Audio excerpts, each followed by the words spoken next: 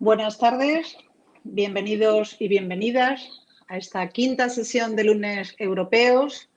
En esta ocasión para hablar de autonomía estratégica en la Unión Europea en el marco de una actividad que ha sido coordinada por la profesora Ruth Ferrero y que organizamos en el ICEI, en el Instituto Complutense de Estudios Internacionales, conjuntamente con la Fundación Juste, la Fundación EBERT, las Facultades de Políticas y Económicas y la Fundación General de la Universidad Complutense. Además de dar la bienvenida, buenas tardes desde España, buenos días a todos los que nos seguís desde América Latina, tengo el gusto de presentar a las tres personas que van a intervenir hoy en estos lunes europeos dedicados a autonomía estratégica. José Antonio Sanauja es catedrático de Relaciones Internacionales, buenas tardes José Antonio, en la Universidad Complutense de Madrid y profesor de la Escuela Diplomática. En la actualidad es director de la Fundación Carolina y asesor especial para América Latina y el Caribe del alto representante para la política exterior y de seguridad de la Unión Europea y vicepresidente de la Comisión Europea, Josep Borrell. Ha sido, con anterioridad, Robert Schuman Fellow del Instituto Universitario Europeo de Florencia, investigador de nuestro instituto, del ICEI, e investigador y consultor para numerosos organismos internacionales, la Comisión y el Parlamento Europeo, el Programa de Naciones Unidas para el Desarrollo, la CEGIP, la Fundación EULAC y distintas organizaciones no gubernamentales. En dos mandatos diferentes, además, también ha sido vocal experto del Consejo de Cooperación al Desarrollo y es miembro de los patronatos tanto de Oxfam, Intermon como de nuestro instituto, del ICEI. Por lo tanto, muchas gracias, José Antonio, profesor y amigo, por tu colaboración y por haber aceptado la invitación a participar en esta sesión. Por su parte, Clara Portela, a quien también agradezco muy sinceramente su participación en este lunes europeo. Es analista senior asociada en el Instituto de Estudios de Seguridad de la Unión Europea en París y profesora de Ciencia Política en la Facultad de Derecho de la Universidad de Valencia. Buenas tardes, Clara. Muchas gracias por acompañarnos. Es asimismo profesora invitada en la Academia de la Organización para la Seguridad y la Cooperación en Europa, en Kirguistán, y también ha sido en el Consorcio de Derechos Humanos de la Universidad de Londres, la Universidad de Carleton, en Canadá, y el Instituto de Estudios Políticos de Grenoble, en Francia.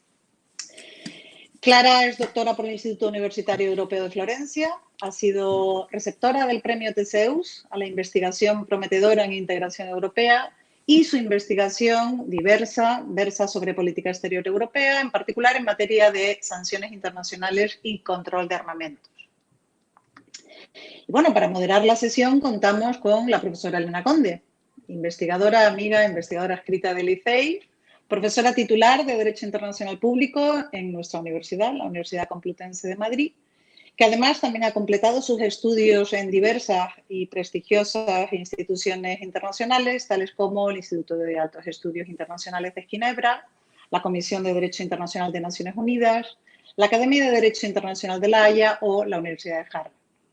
Actualmente es la investigadora principal, la responsable del Grupo de Investigación de la Universidad Complutense, Terrorismo y Legalidad Internacional, y ha centrado sus investigaciones más recientemente, diría yo, en el Ártico como espacio geopolítico, siendo la delegada española en el Grupo de Trabajo de Ciencias Humanas y Sociales del Comité Internacional Científico del Ártico.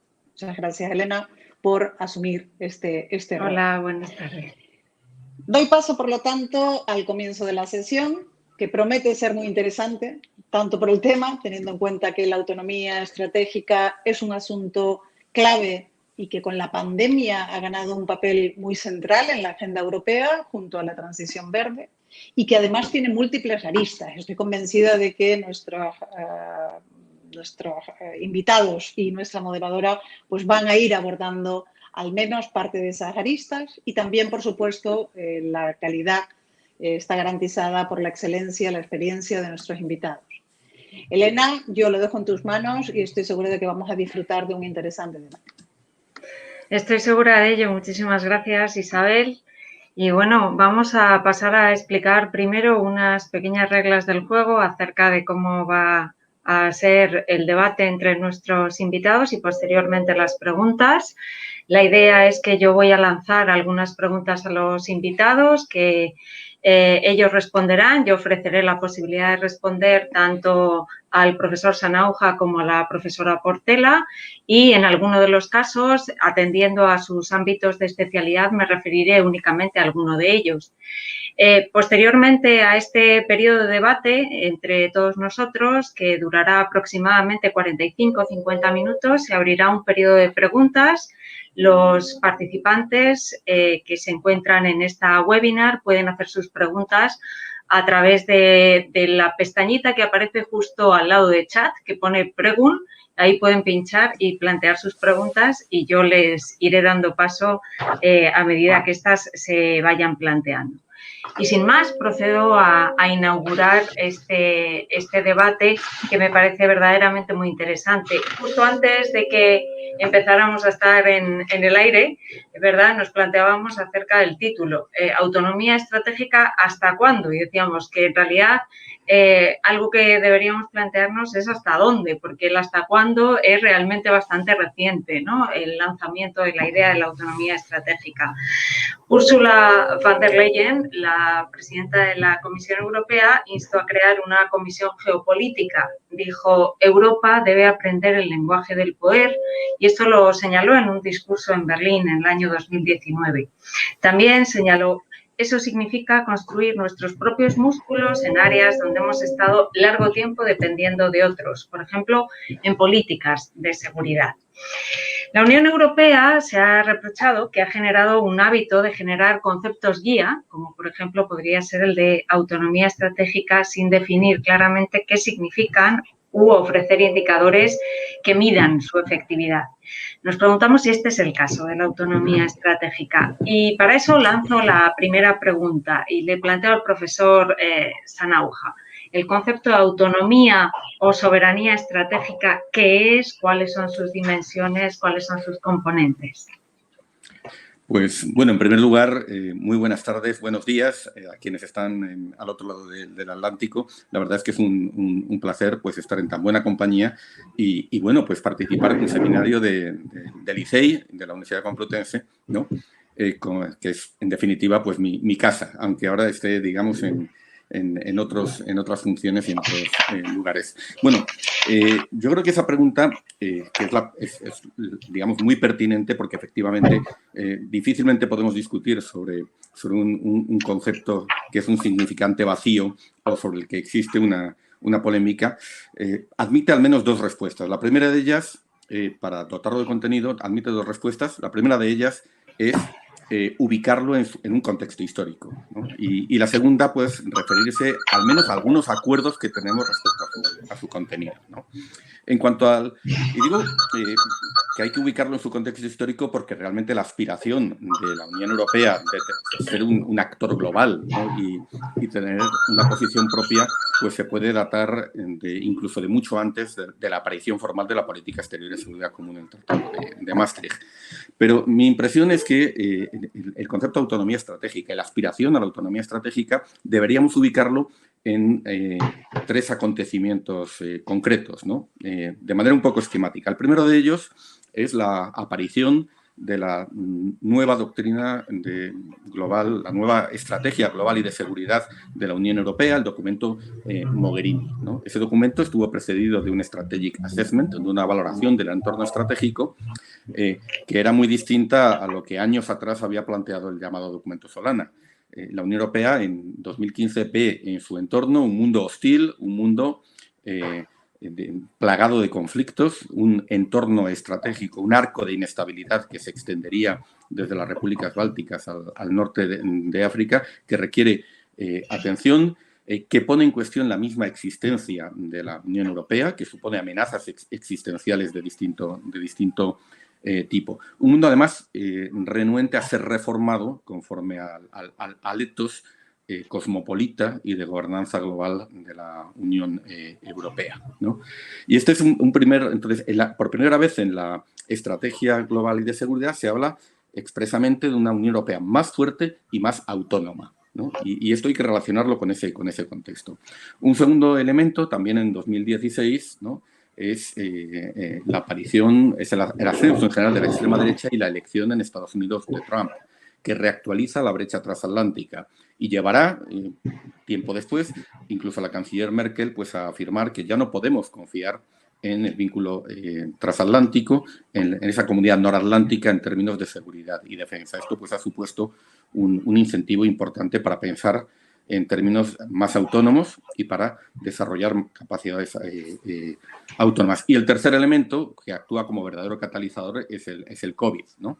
Y en particular porque el COVID, al poner de manifiesto la fragilidad de la Unión Europea en cuanto a cadenas globales de suministros, en aspectos, en bienes esenciales, como son los productos sanitarios, los respiradores, incluso el paracetamol se ha citado en ocasiones como ejemplo extremo de esa dependencia, lleva este debate no del ámbito en el que tradicionalmente se había planteado, que es el de las capacidades de seguridad y defensa, sino a una visión mucho más societal, mucho más amplia, que incluye, pues, las capacidades industriales, que incluye la resiliencia, en definitiva, de la economía europea y la capacidad de la Unión Europea de responder a riesgos transnacionales que van mucho más allá de las dimensiones de seguridad y defensa. Este es el contexto y, por lo tanto, para, digamos, definir este concepto de autonomía estratégica hay que situarlo en ese contexto histórico, porque es un concepto histórico arraigado en ese escenario, ¿no? Y eso nos ayuda también a entender su alcance, su contenido, su hasta cuándo y su hasta dónde. Ahora, sí tenemos un cierto consenso en que hablar de autonomía o de soberanía estratégica afecta o alude, pues, a la capacidad de la Unión Europea de actuar a su manera. De hecho, pues, el propio alto representante, Josep Borrell, ha hablado de una doctrina Sinatra, algunos lo han llamado doctrina Borrell, ¿no?, en alusión a la canción de Frank Sinatra, de My Way, ¿no?, que tiene que... Entonces, más allá de la anécdota, hay tres elementos a los que alude esa capacidad autónoma, ¿no?, de actuar. En primer lugar, ¿no?, a la visión estratégica común, ¿no? Y sobre esto probablemente podamos profundizar un poco más adelante. Es decir, ¿tiene la Unión Europea una visión compartida de lo que son las amenazas, los riesgos y la forma en la que ha de relacionarse con otros, en la que debe actuar ante esas amenazas y esos riesgos, ¿no? Un segundo elemento se refiere a la voluntad política, y esta expresión no la utilizo aquí en sentido banal, sino que se refiere al hecho de que la Unión Europea es una entidad política compleja, no se puede reducir o no se puede analizar con la óptica, las lentes de un Estado-nación. Tiene una construcción compleja, tiene capacidades con procedimientos de toma de decisión, donde los procedimientos de toma de decisión son supranacionales, hay otros donde son intergubernamentales. Entonces, una dimensión importante alude a cómo tomamos decisiones, ¿no?, colectivamente en relación a política exterior, de seguridad y a otros ámbitos que afectan a esa autonomía, ¿no? Es esa capacidad de decidir y de implementar decisiones de manera autónoma.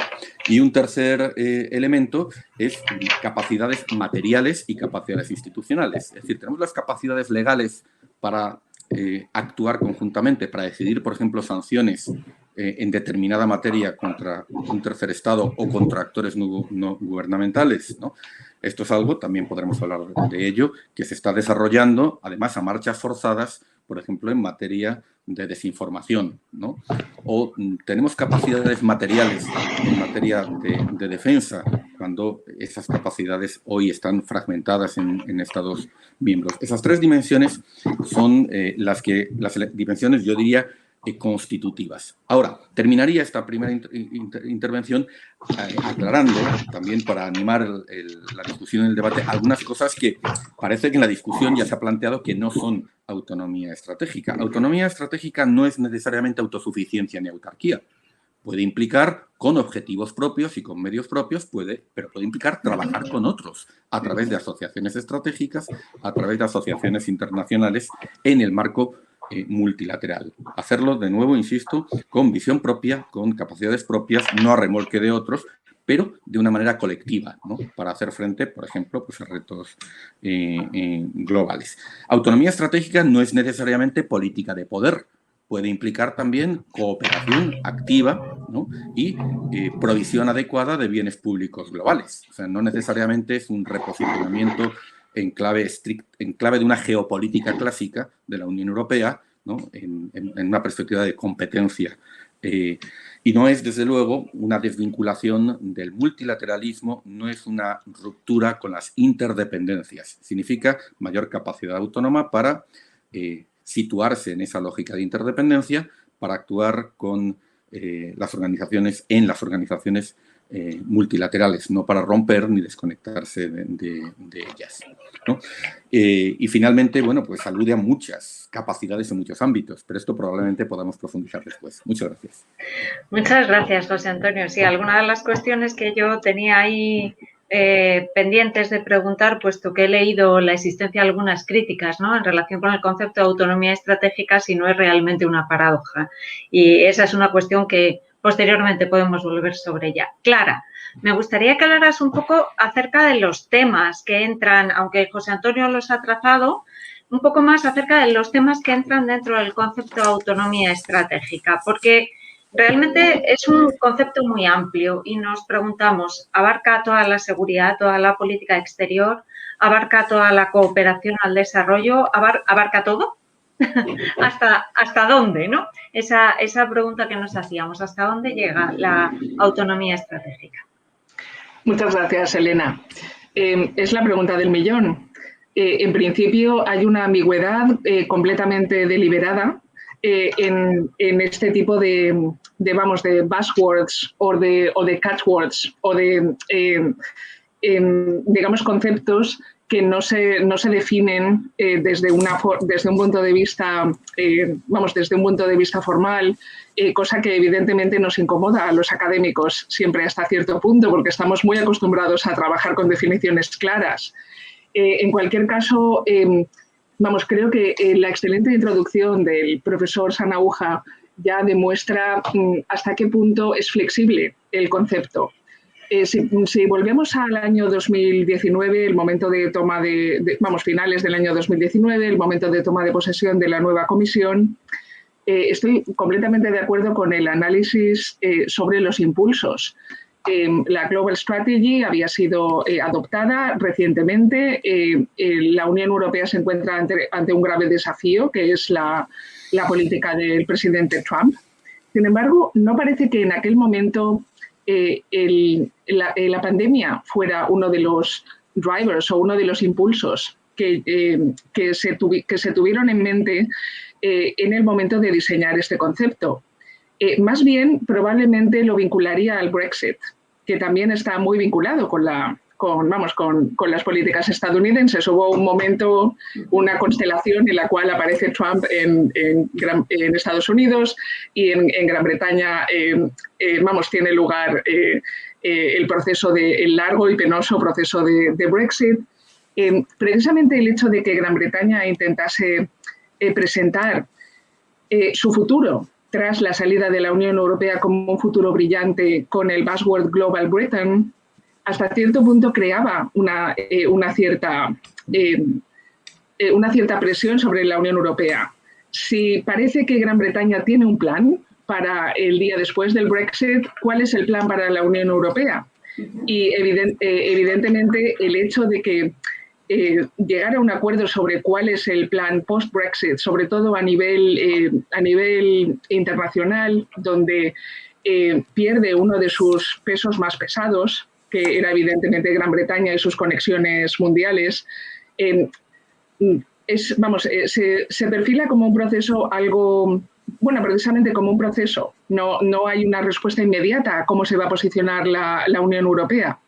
Y evidentemente para lanzar ese proceso de reflexión, un proceso de reflexión que no se quede ahí, sino que también de resultados, pues es necesario identificar un concepto que tenga suficiente fuerza como para llevar a cabo un debate, que ponga el peso y el rol internacional de la Unión Europea en la agenda, no solamente de la Comisión, sino de todas las instituciones, de una forma muy pujante, de una forma suficientemente poderosa para eso, para que los Estados miembros se pongan las pilas y lleguen a un acuerdo sobre qué es lo que quieren hacer.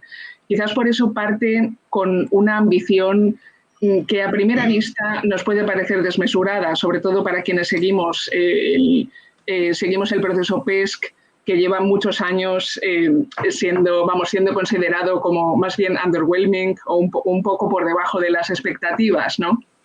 Pero en fin, parece responder al cálculo de si no comenzamos con una buena ambición, no vamos a llegar a ningún lado. Y de hecho parece que este proceso sigue hoy, a día de hoy, con el Strategic Compass, porque teniendo una Global Strategy que ha visto la luz en el año 2016, el volver a comenzar con otro proceso de reflexión sobre el rol global de la Unión Europea parece un poco precipitado, pero en fin, se encuentra, es fácil ubicarlo en vista de un contexto geopolítico internacional que no parece muy halagüeño para la Unión Europea a primera vista.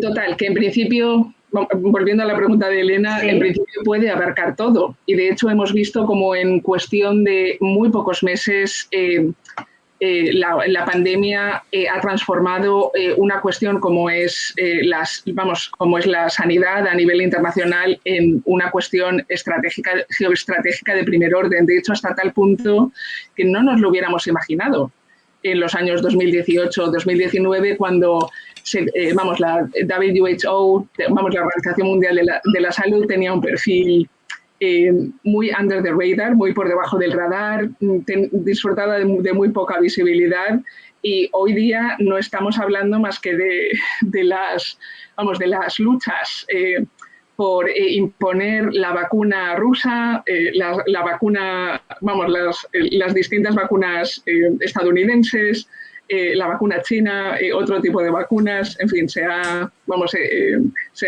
convertido en un tema completamente distinto y evidentemente el concepto de autonomía estratégica le da cabida. Sí.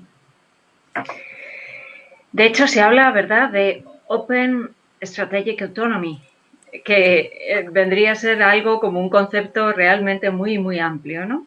En relación con lo que comentaba antes el profesor Sanauja, yo quería incidir un poquito en esa cuestión que se ha planteado acerca de si la autonomía estratégica es o mantiene una paradoja con el multilateralismo, ¿no?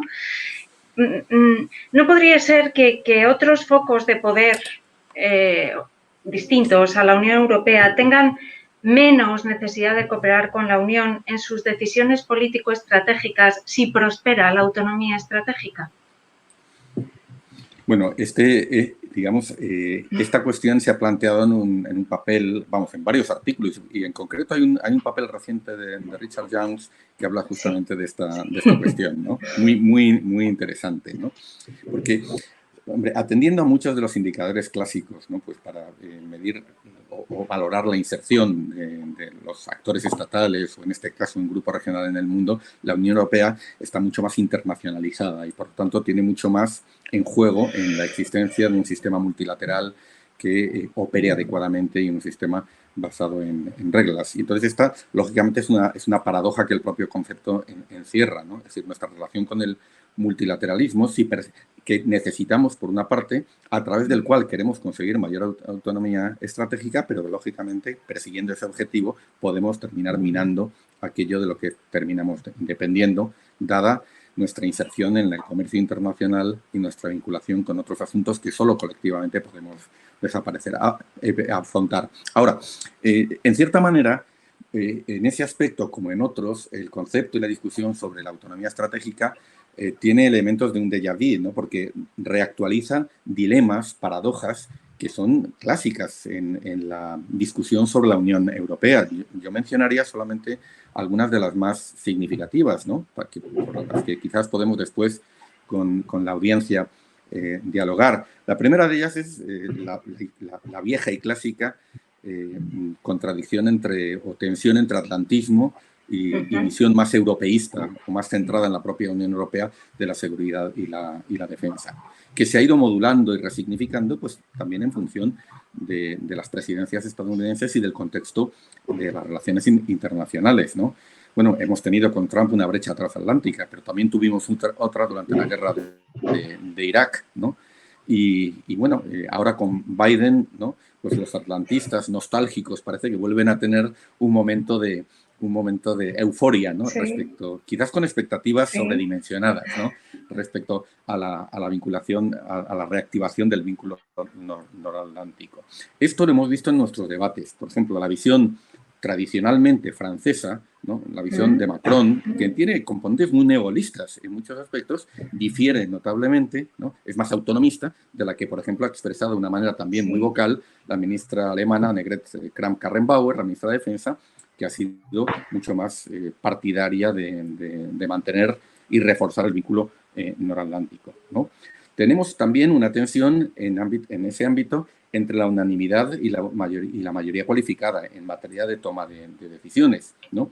Y esto, que ya era una cuestión relevante, el alto representante lo ha señalado varias veces, que habría que extender, ¿no?, la mayoría cualificada pues al ámbito de la política exterior, y si no, pues hacer más uso de distintas vías que permiten una mayor flexibilidad, desde una mayor iniciativa del propio alto representante al uso de las cooperaciones estructuradas o de la abstención constructiva. Pero claro, ahora es que este dilema se extiende a otras muchas áreas, ¿no? Por ejemplo, en materia de fiscalidad, podemos aspirar a autonomía estratégica si no tenemos posiciones propias y tenemos capacidad interna a la propia Unión de tener posiciones comunes en el debate sobre fiscalidad internacional que ya tenemos entre nosotros. Bueno, un tercer dilema es el que se plantea entre los recursos y el free riding, ¿no? Es decir, seguimos o pretendemos seguir actuando como free riders bajo un paraguas de seguridad estadounidense, porque de lo contrario, si queremos ser autónomos, hay que destinar más recursos o quizás utilizar más eficientemente aquellos de los que disponemos. Podemos seguir manteniendo en Europa toda esa gama tan diversa, ¿no?, de medios militares, ¿no?, que suponen una auténtica pesadilla desde el punto de vista de la interoperabilidad y desde el punto de vista logístico, por ejemplo. Y aquí ya chocamos con los campeones nacionales, las políticas industriales, ¿no? Bueno, tenemos un dilema también, ¿no?, entre la confrontación y el engagement, y quizás lo que mejor lo ilustra es la revisión de la estrategia de la Unión Europea ante una China más asertiva, más hostil, ¿no?,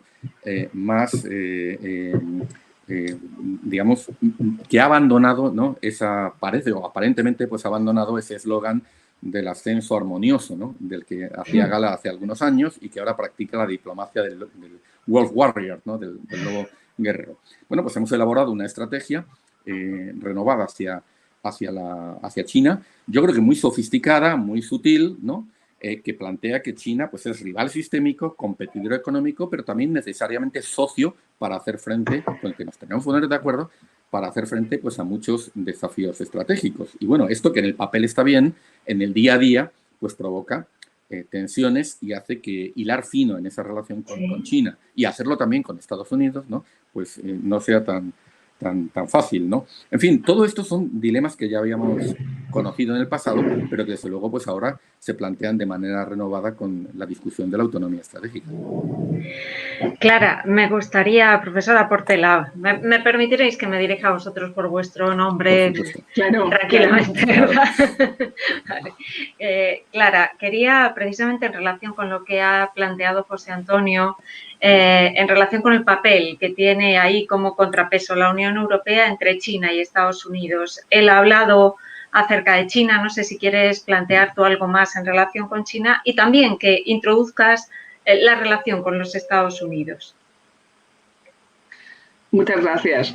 Yo precisamente veo el término de autonomía con su calculada ambigüedad muy encuadrado en el viejo debate entre atlanticismo y europeísmo.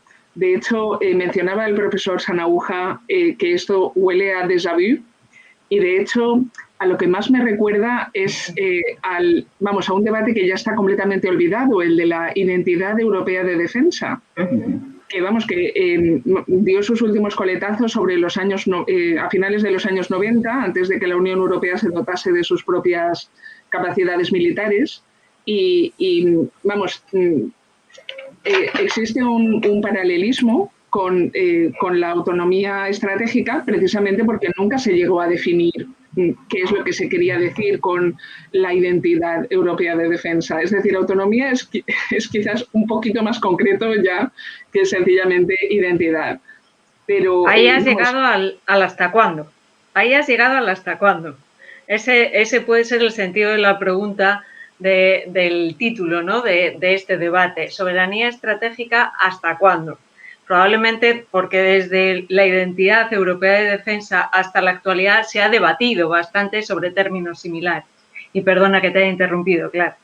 No, pero tienes toda la razón. De hecho, también hay un elemento China, evidentemente. Hoy día no se puede hablar sobre ningún desarrollo dentro del contexto geopolítico que no incluya a China.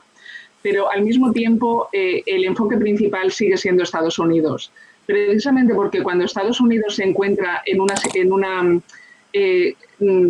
situación de rivalidad cada vez más aguda con China, la Unión Europea también quiere recordarle a Estados Unidos que son su principal aliado y que si la relación transatlántica flojea, no va a encontrar en ningún otro lugar aliados tan fieles y tan cercanos como es Europa.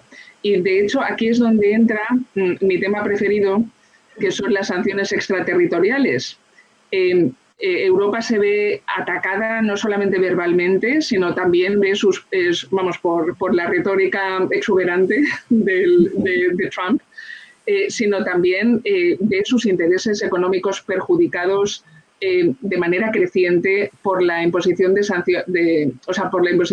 sanciones con efectos extraterritoriales, y encuentra ahí oídos sordos en la administración estadounidense. Con lo cual, este concepto de autonomía estratégica también, de una forma más o menos delicada o incluso subliminal, está intentando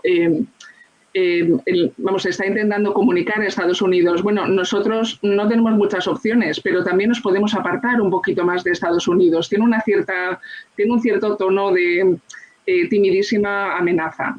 Lo que pasa es que este tema también de autonomía estratégica, precisamente aquellos que estaban más interesados, y estoy pensando principalmente en el contexto francés, más en Quai d'Orsay que en ningún otro lado, se ha mutado en soberanía estratégica, con lo cual la timidez del concepto de autonomía se pierde un poco.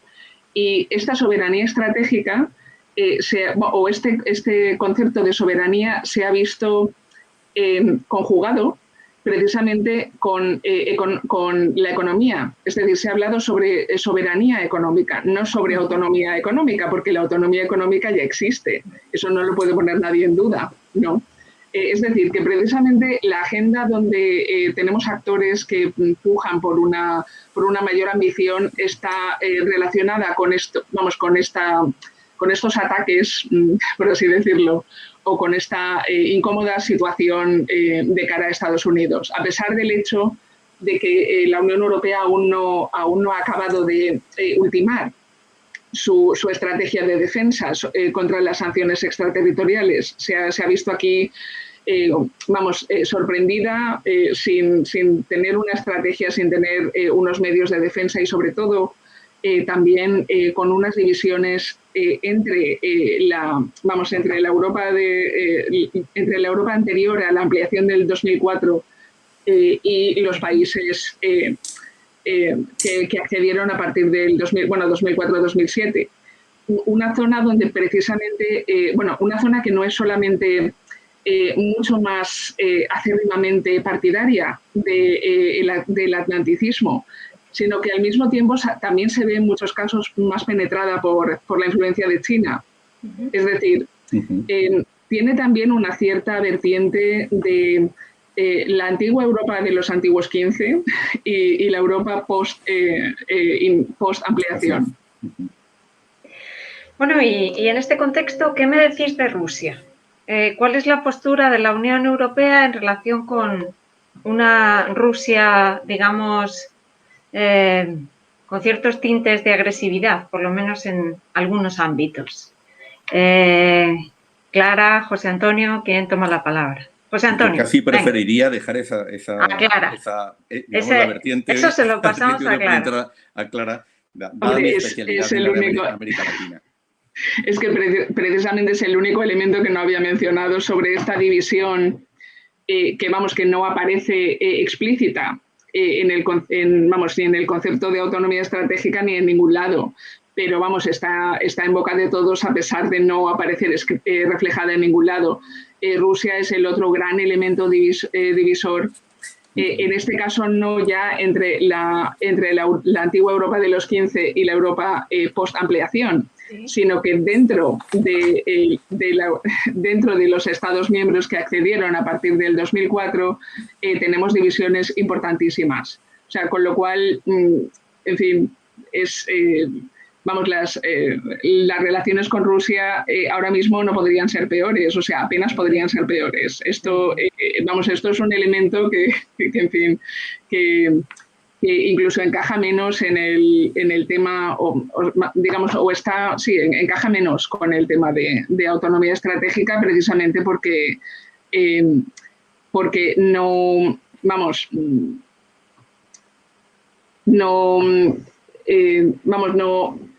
se puede solucionar con una mayor autonomía. Y de hecho, precisamente uno de los ámbitos o digamos la dimensión en la cual la Unión Europea ha conseguido mantener mágicamente mayor consenso ha sido precisamente en la política hacia Rusia, a pesar de estas graves divisiones, porque en el 2014 se pusieron de acuerdo en un paquete de sanciones que fue bastante audaz para lo que había hecho la Unión Europea anteriormente, y desde entonces hasta hoy no se ha tocado, a pesar del coqueteo de varios países o incluso declaraciones explícitas sobre la conveniencia de rebajar las sanciones.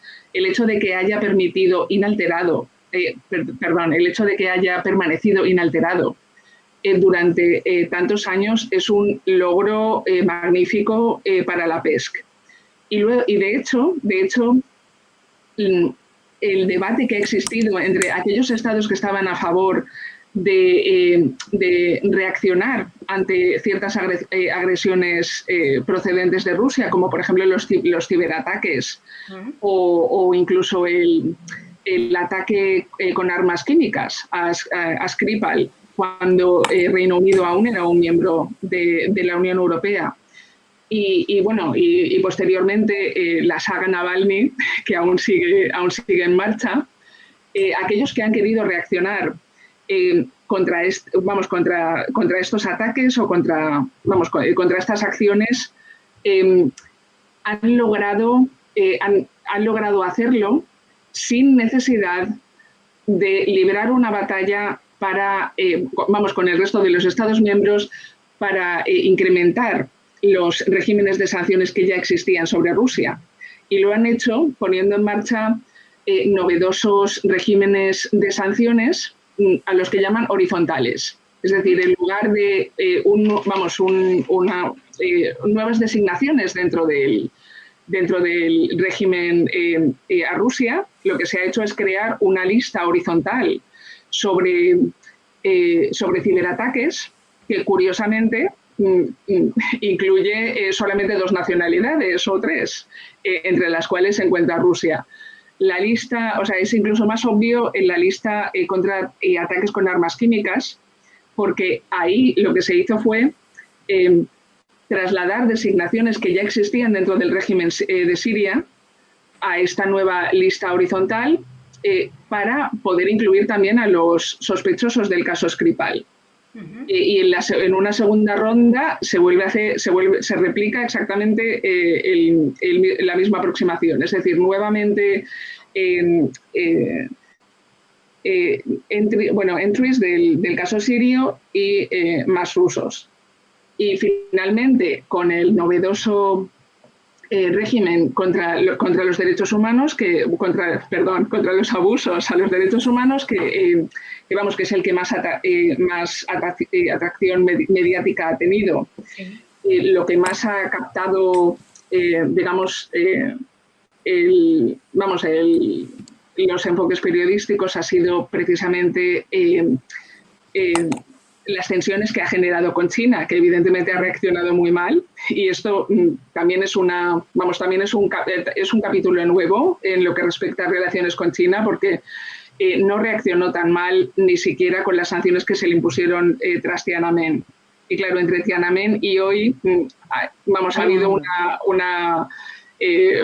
larguísimo periodo en el cual, lo que se ha esforzado en hacer, sobre todo sobre los años 2005, 2006, 2007, fue en intentar que la Unión Europea levantara esas sanciones, no en responder con listados o con medidas similares.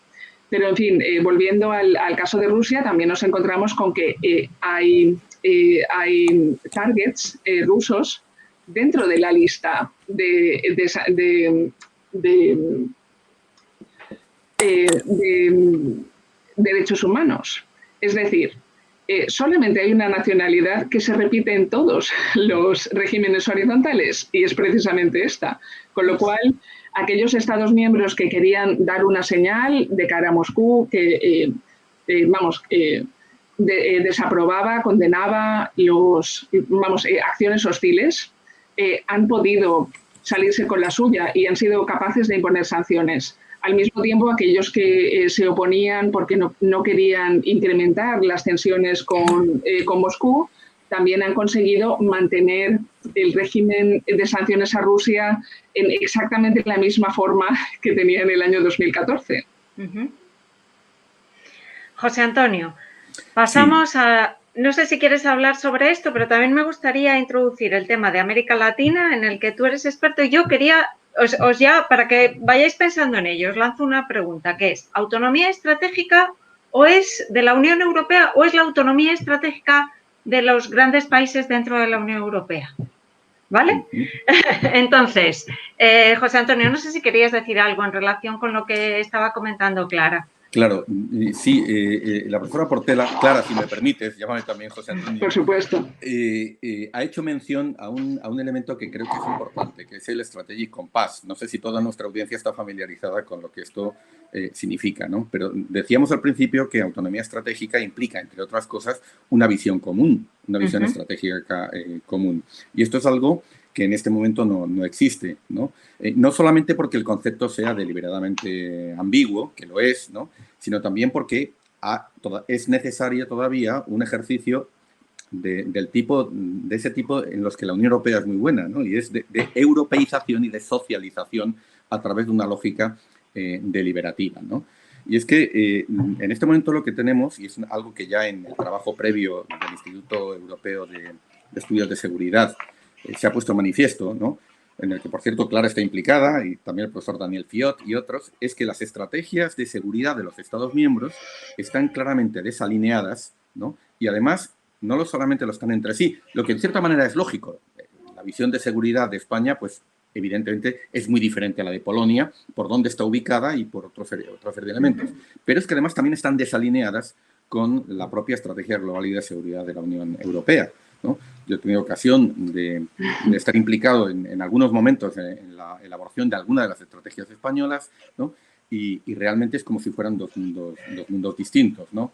Y encajan mal. Entonces, yo creo que este ejercicio que se está haciendo de analizar esas estrategias, ver qué elementos tienen en común, en dónde difieren, y tratar de impulsar un proceso, ¿no?, de socialización, de liberación, para ver si somos capaces, ¿no?, de ponernos de acuerdo en las amenazas, en las visiones de aquello que es oportunidad, que es amenaza, que es riesgo en nuestro entorno, pues es un elemento muy, muy importante, ¿no? Entonces, este ejercicio de elaboración de un compás estratégico, mi impresión es que puede aportar mucho a esa autonomía estratégica, porque al menos vamos a ver las cosas de una manera más convergente, ¿no? El segundo elemento también que creo que es importante mencionar es ya la Estrategia Global y de Seguridad del 2016 insistió una vez más, ¿no?, en la importancia de lograr una actuación más coordinada, más coherente entre los Estados miembros, las instituciones de la Unión y en el seno mismo de las instituciones de la Unión, ¿no? Y este es otro de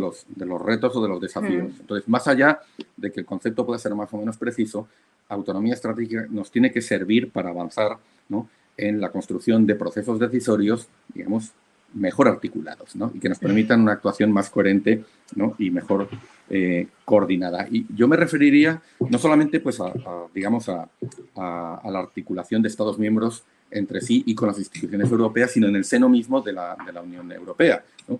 Y si se me permite un apunte personal, he podido comprobar en estos meses, en mi trabajo con el alto representante, ¿no?, hasta qué punto sigue vigente el problema de los hilos en el seno de la Comisión Europea, ¿no? Es decir, hay una serie de mandatos definidos, ¿no?, unas áreas de competencia de los distintos comisarios y comisarias, y esto implica, podríamos recurrir incluso a los viejos modelos de análisis de toma de decisiones en política exterior, el de juego político, el modelo burocrático. Esto implica visiones distintas, ¿no?, implica también mandatos distintos e implica a veces una actuación que es difícil de articular. Y esto en sí mismo es un problema, ¿no? Mencionaré dos ejemplos recientes. No hace mucho tuvimos una batalla político-diplomática en América Latina, y con ello ya voy enlazando con la discusión sobre autonomía estratégica en América Latina, ¿no? Una batalla político-diplomática en torno a la elección de presidente del Banco Interamericano de Desarrollo. Cierto es que este era un problema eminentemente de los latinoamericanos, ¿no? Bueno, durante 60 años esa institución ha tenido un presidente latinoamericano y la administración Trump propuso un candidato estadounidense. Bueno, la Unión Europea tiene un porcentaje de votos significativo, minoritario, pero significativo y hasta cierto punto decisivo en ese procedimiento. Y bueno, se logró articular una posición, salvo Austria, ¿no?, que se alineó con Trump. El resto de los Estados miembros, que son también accionistas del BID, logró una posición concertada. Uno de los problemas para alcanzarla, ¿no?, es que esta cuestión era competencia eminentemente del comisario Gentiloni. Y sin embargo, era evidente que era un problema de política exterior y para el alto representante fue difícil, ¿no?, afirmar en el seno mismo de las instituciones europeas que la visión que tenía que adoptarse sobre esta cuestión, ¿no?, era una visión geopolítica, una visión en la que estaba en juego la relación con Estados Unidos, con los países latinoamericanos, y que no era un problema técnico-financiero de buscar la figura más apta, ¿no?, para un organismo técnico, como se suele ver a los bancos multilaterales de desarrollo. Entonces, eso digamos, fue una dificultad. Y ahora tenemos también una dificultad importante en torno a la cuestión de las vacunas.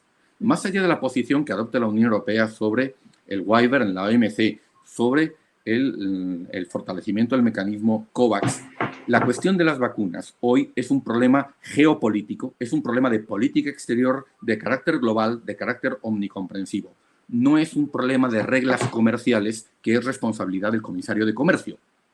Y no se puede ver solamente desde la visión ordoliberal, desde la visión, digamos, restringida del mandato de esa área de política de la Unión Europea. Necesitamos una actuación. Hombre, a nadie se le oculta que en esto puede haber también un conflicto interno sobre quién manda, si manda un comisario o manda otro comisario, que además es alto representante. Pero deberíamos ir un poco más allá, ¿no?, para lograr una actuación más integrada, ¿no?, y que tenga en cuenta las distintas dimensiones, en este caso comercial, pero también la dimensión geoestratégica que tiene la cuestión de las vacunas. Porque si no es así, vamos a dejar un espacio, por ejemplo, para la geopolítica de las vacunas en el que no nos va a ir bien. De hecho, no nos está yendo muy bien en ese ámbito.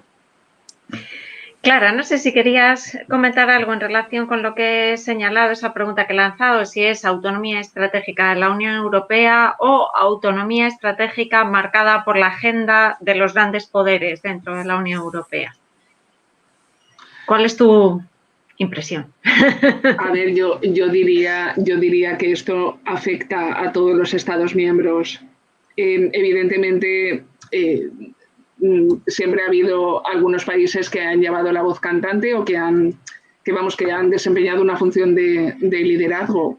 Pero precisamente una cuestión como a la que estaba aludiendo hace poco, la de la articulación de una respuesta a los efectos extraterritoriales de las sanciones estadounidenses, es algo que afecta a Suecia, afecta a Alemania, afecta a Italia y también nos afecta a nosotros. O sea, de hecho, el Blocking Statute, que es el que se ha perfilado como el principal instrumento de defensa, se puso en marcha, hace 20 años, como reacción a la Helms-Burton, es decir, Cuba. Y el país que tradicionalmente y hasta hoy ha tenido un mayor interés comercial en Cuba ha sido España. Es decir, que no, nadie está intentando que libremos una batalla con Washington simplemente porque haya intereses alemanes o haya intereses franceses y nadie más se ve afectado. O sea, es algo que, dependiendo de cuál sea el país al cual nos refiramos, es decir, si hablamos de las sanciones a Irán o hablamos de las sanciones a Rusia, pues se ve más afectada Suecia, por ejemplo. Sí. En el caso de las sanciones a Rusia también se ve particularmente afectada Alemania. Pero lo dicho, hay suficiente variedad de sanciones como para que todos nos veamos salpicados de una forma u otra. Esto es lo que hace más necesario el considerar una articulación más global de defensa ante estas cuestiones. Y luego, si pensamos en cuestiones más sofisticadas como inteligencia artificial, el hecho de que Europa se quede atrás no es algo que vaya a afectar solamente a los países, a los países de mayor peso o más centrales, sino que nos va a afectar a todos por igual. José Antonio, ¿querías Sí, solamente por ilustrar esta cuestión, ¿no? No es algo que Estados miembros, como por ejemplo España, hayamos dejado en manos, ¿no?, de franceses y alemanes, ¿no?, por ser más directo y más rápido. Y de hecho, a mí me gustaría reseñar la propuesta que España, junto con los Países Bajos, hizo hace relativamente poco, en el mes de marzo, ¿no? Países Bajos y España hicieron un papel, ¿no?, sobre autonomía estratégica que es muy interesante y que además enfoca, yo creo que adecuadamente la cuestión. Y ese es un papel en el que ambos Estados miembros hacen un aporte al debate significativo, sobre todo en un aspecto, ¿no? Y es que definen las áreas en las que es necesario incidir, establecen algunas prioridades y plantean una concepción de autonomía estratégica al hilo de lo que decíamos al principio, de todo lo que ha ocurrido con el COVID, de iniciativas con el Pacto Verde Europeo, de lo que se está avanzando en materia de digitalización, que va mucho más allá de la dimensión de seguridad y defensa, ¿no? A mí me gustaría muy brevemente también mencionar algunas de esas áreas, ¿no? Habla, por ejemplo, de la importancia del mercado interior, ¿no?, que sea funcional, resiliente y competitivo, porque en ese mercado interior nos jugamos, en definitiva, como Unión Europea, nuestro papel en la economía política internacional. Habla también de la transformación digital, que alude a capacidades tecnológicas, pero también a esto que la profesora Anu Bradford llama el poder regulatorio de la Unión Europea, el efecto Bruselas, es decir, la capacidad de la Unión Europea de establecer estándares, ¿no? Por cierto, ahora la Unión Europea está planteando su propuesta regulatoria en materia de inteligencia artificial y, como ocurrió con la normativa sobre protección de datos, puede lograr definir un estándar, ¿no?, que vaya por delante del que los Estados Unidos o desde luego China puedan plantear, que vaya por delante y que además sea muy distinto en cuanto a esos equilibrios entre libertad, privacidad, en cuanto a desarrollo tecnológico y respecto a los derechos individuales. También el papel habla de la política industrial. Es decir, tenemos, por ejemplo, que desarrollar, y además esto se vincula con el Pacto Verde, es decir, nuevas capacidades, por ejemplo, en materia de movilidad sostenible, ¿no? Es decir, porque si no fabricamos nosotros los automóviles con baterías eléctricas, ¿no?, lo van a hacer otros, y tenemos que tener capacidad propia. La política industrial ha retornado de la mano de la digitalización y de la mano del Pacto Verde. Y esto también tiene una dimensión de autonomía estratégica en la economía política en global. El papel habla también, por ejemplo, de la Unión Europea, de la Unión de la Salud, ¿no?, en cuanto a capacidades esenciales en medicamentos, en stocks, para poder reaccionar a emergencias como la que hemos visto. Habla de energía y clima, de migraciones. Tiene una dimensión que no hemos tocado, ni siquiera hemos mencionado, y que está relacionada también con la cuestión de las sanciones que ha mencionado Clara, y es el rol internacional del euro. Es decir, el papel que tiene el euro como moneda internacional de reserva y la capacidad de hacer pagos internacionales en euros sin pasar por sistemas que controla Estados Unidos, como el sistema SWIFT, ¿no? Y que pueden ser en un momento dado objeto de esas sanciones, ¿no? Entonces, esto también está relacionado. Tenemos que asegurar que el euro puede seguir siendo una moneda de reserva en su papel de medio de pago, ¿no? Que se espera de una moneda de reserva a la margen de esos mecanismos de sanciones, ¿no? Es decir, estos son algunos, entre otros muchos, de los aspectos que toca el papel y de nuevo pone de manifiesto que en este caso es una iniciativa de estos dos países, que por cierto estuvimos muy en desacuerdo con la negociación la negociación sobre el fondo de recuperación, sí, pero que aquí pues hemos planteado una visión común de por dónde tiene que ir el debate y cómo construir, ¿no? en distintos ámbitos esa autonomía estratégica. Sí, eso que se llama también la soberanía digital, ¿no? Que se relaciona mucho con el concepto de autonomía estratégica. ¿Autonomía y soberanía es lo mismo? ¿Hay que redefinir el concepto de soberanía? Clara, ¿tú cómo lo ves? Y ya después de esta pregunta voy a pasar tenemos unas cuantas preguntas ya en el chat o en el apartado preguntas. ¿Consideráis que el concepto de soberanía hay que redefinirlo o que simplemente autonomía es un circunloquio para referirse a algo muy similar a eso que considerábamos tradicionalmente soberanía? Depende única y exclusivamente de quién esté hablando. Quién esté hablando y sobre qué tema. Aquellos que están interesados en una agenda más ambiciosa, no tienen tapujos en transformar la autonomía en soberanía. Es un gran salto. Pero, en fin, autonomía es el único término que es suficientemente tímido, elegante, ambiguo, como para que todo el mundo pueda ponerse de acuerdo. Por eso es el que vemos en los documentos. Bueno, pues vamos a pasar al turno de preguntas, si os parece. Ya llevamos más de una hora hablando. A ver, la primera pregunta que nos plantea Manuel Faduil es: la autonomía estratégica está muy lejos de lograrse en nuestro país, Colombia, entiendo, pues no consideramos en primer lugar el contexto histórico para una mejor comprensión de un proceso de integración que sea colectivo. No sé si tenéis algo que decir a esto. Miguel Ángel Martín señala: muchas gracias a los ponentes por sus exposiciones. La autonomía estratégica en un mundo global e interconectado puede parecer una paradoja, cuando en la actualidad cada vez dependemos más los unos de los otros. ¿Podríamos estar hablando de una autonomía selectiva con respecto a los recursos de los que dependemos en algunos países poco fiables, de los que no conviene depender o incluso cuestionables en lo que se refiere al respeto de la democracia o de los derechos humanos? José Antonio, he visto tu mano.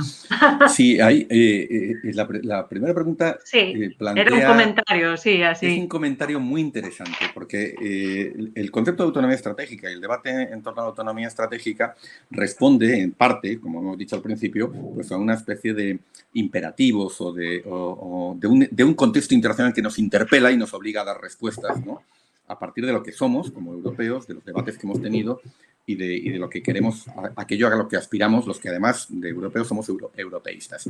Pero tiene ecos en América Latina. Entonces, es interesante, pero también los latinoamericanos tienen que responder a un contexto internacional transformado y que les interpela con retos y desafíos que tienen diferencias, pero también analogías con el nuestro. Entonces, es interesante lo que ha ocurrido en este último año y medio, ¿no? Ese tránsito de Trump a Biden, ese ascenso de China, esa visión que se ha extendido de un sistema internacional articulado en torno a dos polos, esas narrativas de nueva Guerra Fría, ¿no? que se han planteado de manera muy interesada, por cierto, desde distintos ámbitos. Los latinoamericanos han reaccionado hasta ahora de tres maneras, dos clásicas, una más novedosa. Las dos aproximaciones más clásicas son una más progresista, o vinculada pues, a grupos como el Grupo de Puebla o el Foro de Sao Paulo, que es el concepto de no alineamiento activo. Es decir, si el mundo es un mundo bipolar, ¿no? Entonces hay que buscar un no alineamiento activo frente a esa bipolaridad emergente, ¿no? Es la forma en la que se lee esto. Por cierto, en un artículo Borrell decía que autonomía estratégica, decía que en parte es no haberse aprisionado entre China y Estados Unidos. O sea que de una manera muy directa también tiene que ver con esto. Bueno, hay una versión conservadora, y la versión conservadora en América Latina es el concepto de neutralidad activa, ¿no? Entonces, bueno, pues se ha estado girando en torno a estos dos elementos. Pero esas dos aproximaciones tienen en común que asumen y dan por sentado que el mundo ya es bipolar, ¿no?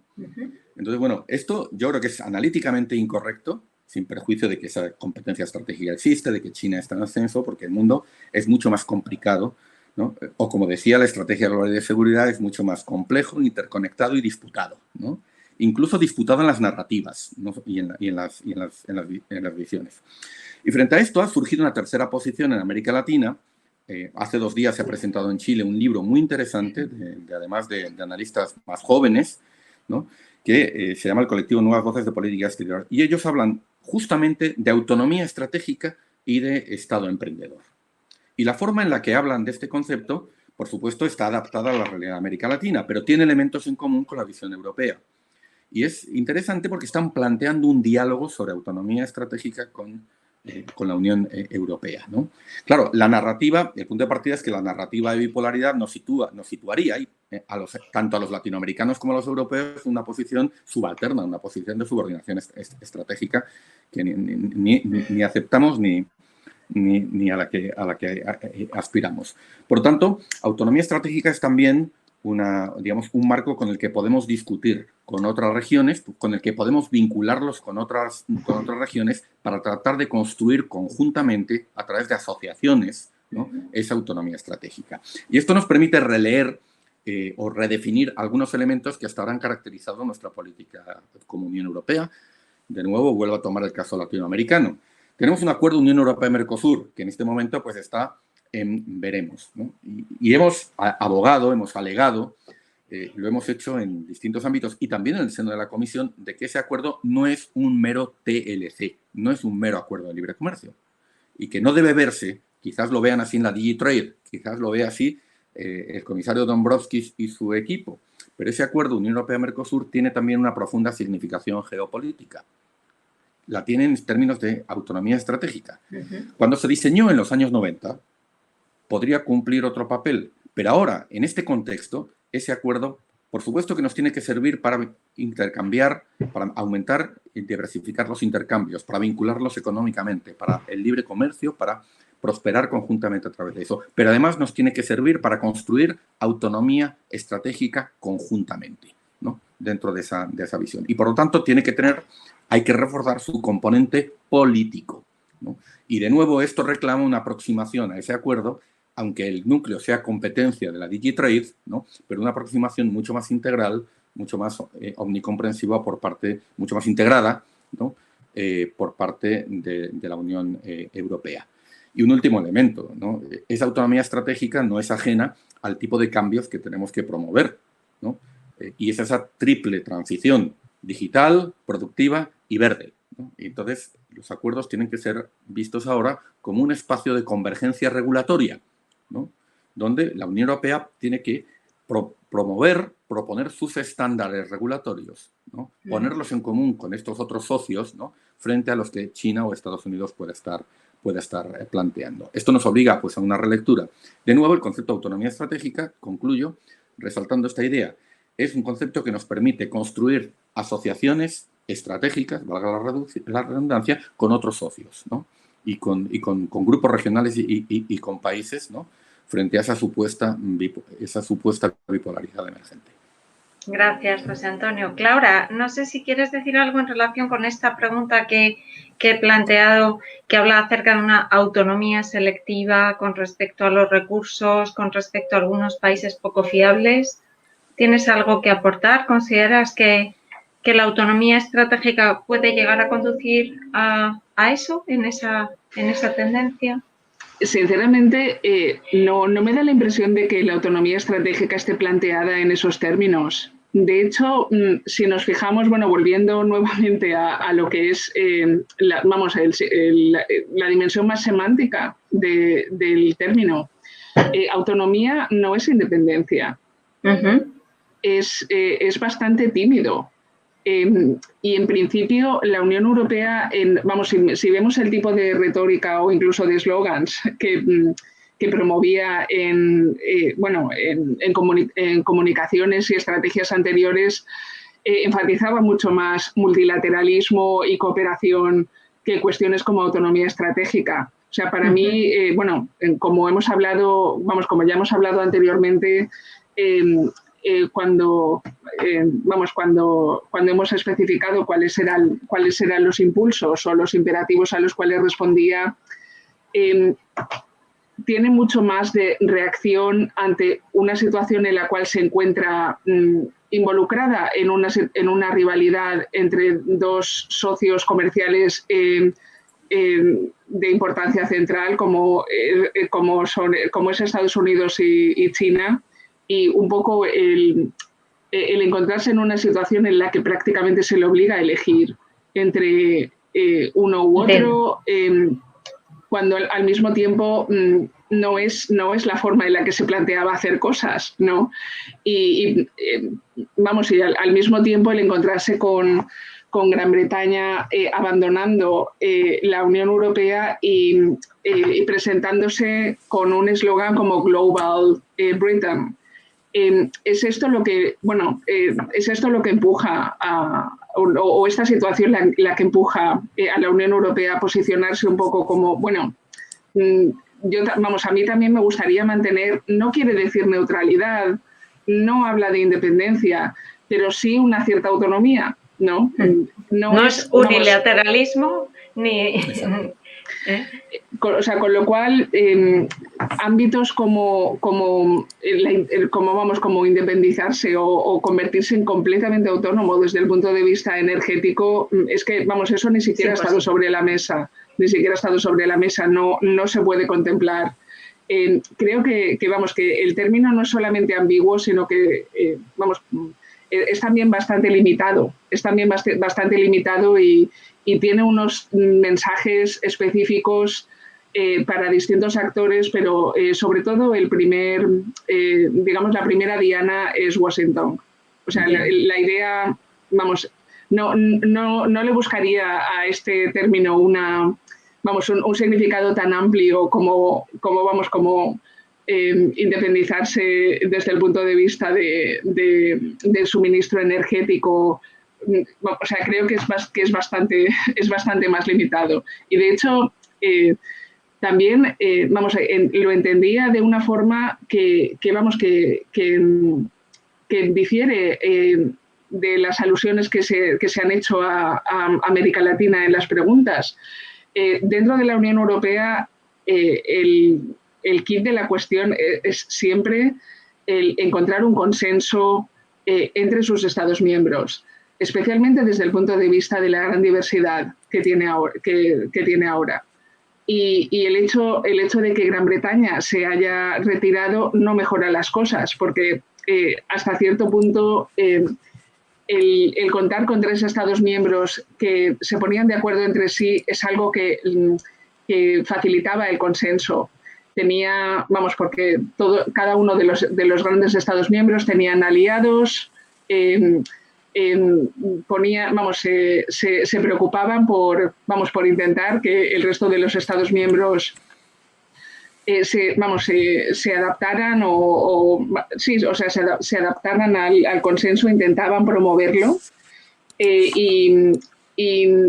En el caso de países que no se encuentran dentro de una organización con el nivel de integración que tienen los Estados miembros, no se plantea tanto la necesidad de encontrar un consenso, porque en principio la autonomía de cada Estado ya está mejor preservada, precisamente por no encontrarse dentro de un contexto de integración regional. Desde este punto de vista, veo interesante que también se contemple como un concepto que se puede aplicar a otros estados dentro del contexto internacional. Lo veo como una perspectiva muy novedosa, pero seguramente no tengo No tengo mucho más que aportar específicamente a estas preguntas. Gracias. Vamos a ver, Miguel Ángel Martín plantea otra cuestión interesante. ¿Cómo puede afectar la política verde la aplicación efectiva del nuevo Green Deal europeo, muy ligado también a la Agenda 2030 y los Objetivos de Desarrollo Sostenible, para fortalecer la autonomía europea, por ejemplo, respecto a la necesidad de recursos del exterior, especialmente energéticos? Pone unos puntos suspensivos y dice, si bien la economía verde a su vez necesita de materias primas presentes en otros países de los que se creará mayor dependencia, es decir, ¿producirá la política verde un cambio en el equilibrio de las relaciones de Europa con el resto del mundo? José Antonio, ¿cómo ves? Bueno, si la pregunta indirectamente afecta al litio, ¿no? La respuesta en gran medida radica en los propios países latinoamericanos y en qué medida quieran promover una política industrial y tecnológica que desarrolle la cadena de valor más allá de lo que es la exportación de los recursos naturales, ¿no? Bueno, esto puede hacerse, pero requiere de marcos más amplios, ¿no? Y entre ellos, por ejemplo, el que he planteado anteriormente, el Acuerdo Unión Europea-Mercosur.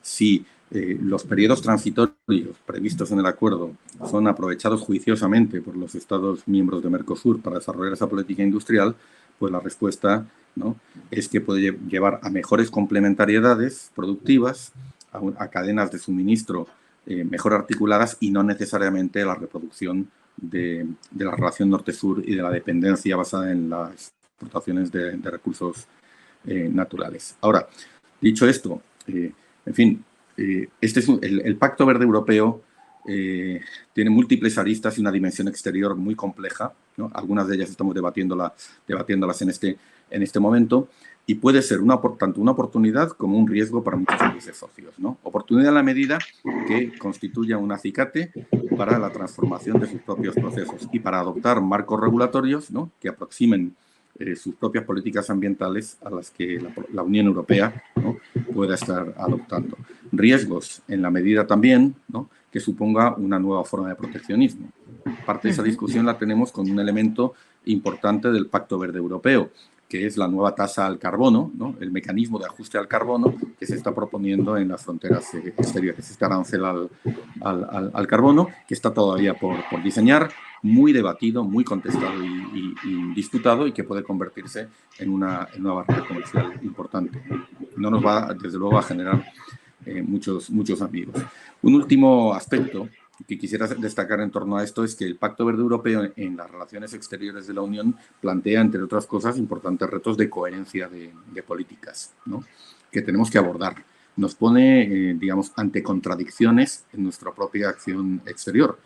El Pacto Verde Europeo es una transformación productiva, societal, extraordinariamente amplia y supone en muchos aspectos una ruptura con el modelo de inserción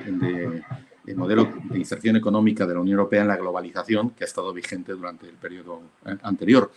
Necesariamente, pues, va a obligar también a ajustar muchos elementos de nuestras relaciones exteriores, ¿no? Menciono uno que estamos discutiendo ahora, muy evidente, es un ejemplo, yo creo que muy visible, que estamos discutiendo ahora con el Acuerdo Unión Europea-Mercosur. ¿Cómo podemos asegurar que ese acuerdo es compatible, por ejemplo, con los objetivos del Acuerdo de París en materia de cambio climático? Tenemos la discusión sobre la Amazonia, por ejemplo, ¿no?, en parte consecuencia de la nefasta política ambiental del gobierno de Bolsonaro, ¿no?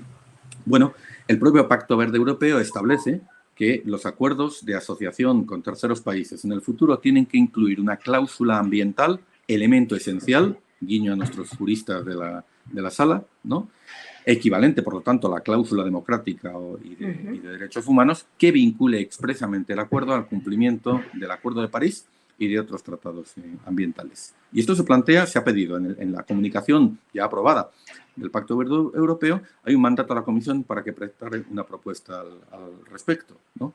Bueno, esto se está planteando para el Acuerdo Mercosur, y por mucho que la DigiTrade, que la Comisión alegue que este acuerdo es anterior, que tiene un mandato aprobado para el que este compromiso no está vigente, es muy difícil que logremos sacar adelante la ratificación del Acuerdo de Unión Europea-Mercosur si no incluye un elemento vinculante, unas disposiciones vinculantes con dientes, ¿no?, para asegurar que ese acuerdo es compatible con las obligaciones que tanto los países de Mercosur como los Estados miembros de la Unión Europea hemos adquirido con el Acuerdo de París.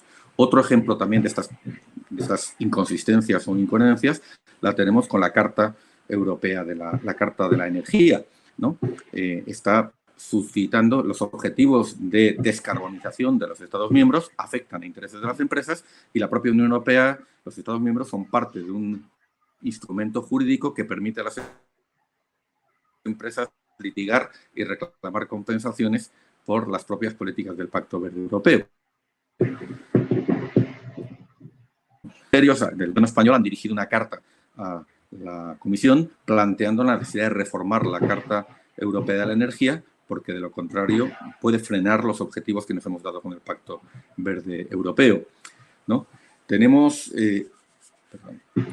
otra contradicción también, y termino con esto, otra inconsistencia en lo que se refiere a los instrumentos de financiación exterior de la Unión, ¿no? Es decir, mientras no introduzcamos disposiciones que aseguren, ¿no?, que las inversiones, los préstamos del Banco Europeo de Inversiones o del nuevo Fondo Europeo de Desarrollo Sostenible Plus, previsto en el marco financiero plurianual 21-27, mientras no aseguremos que no van destinados a inversiones en combustibles fósiles, pues tendremos también una contradicción notable en esa materia, ¿no? Así que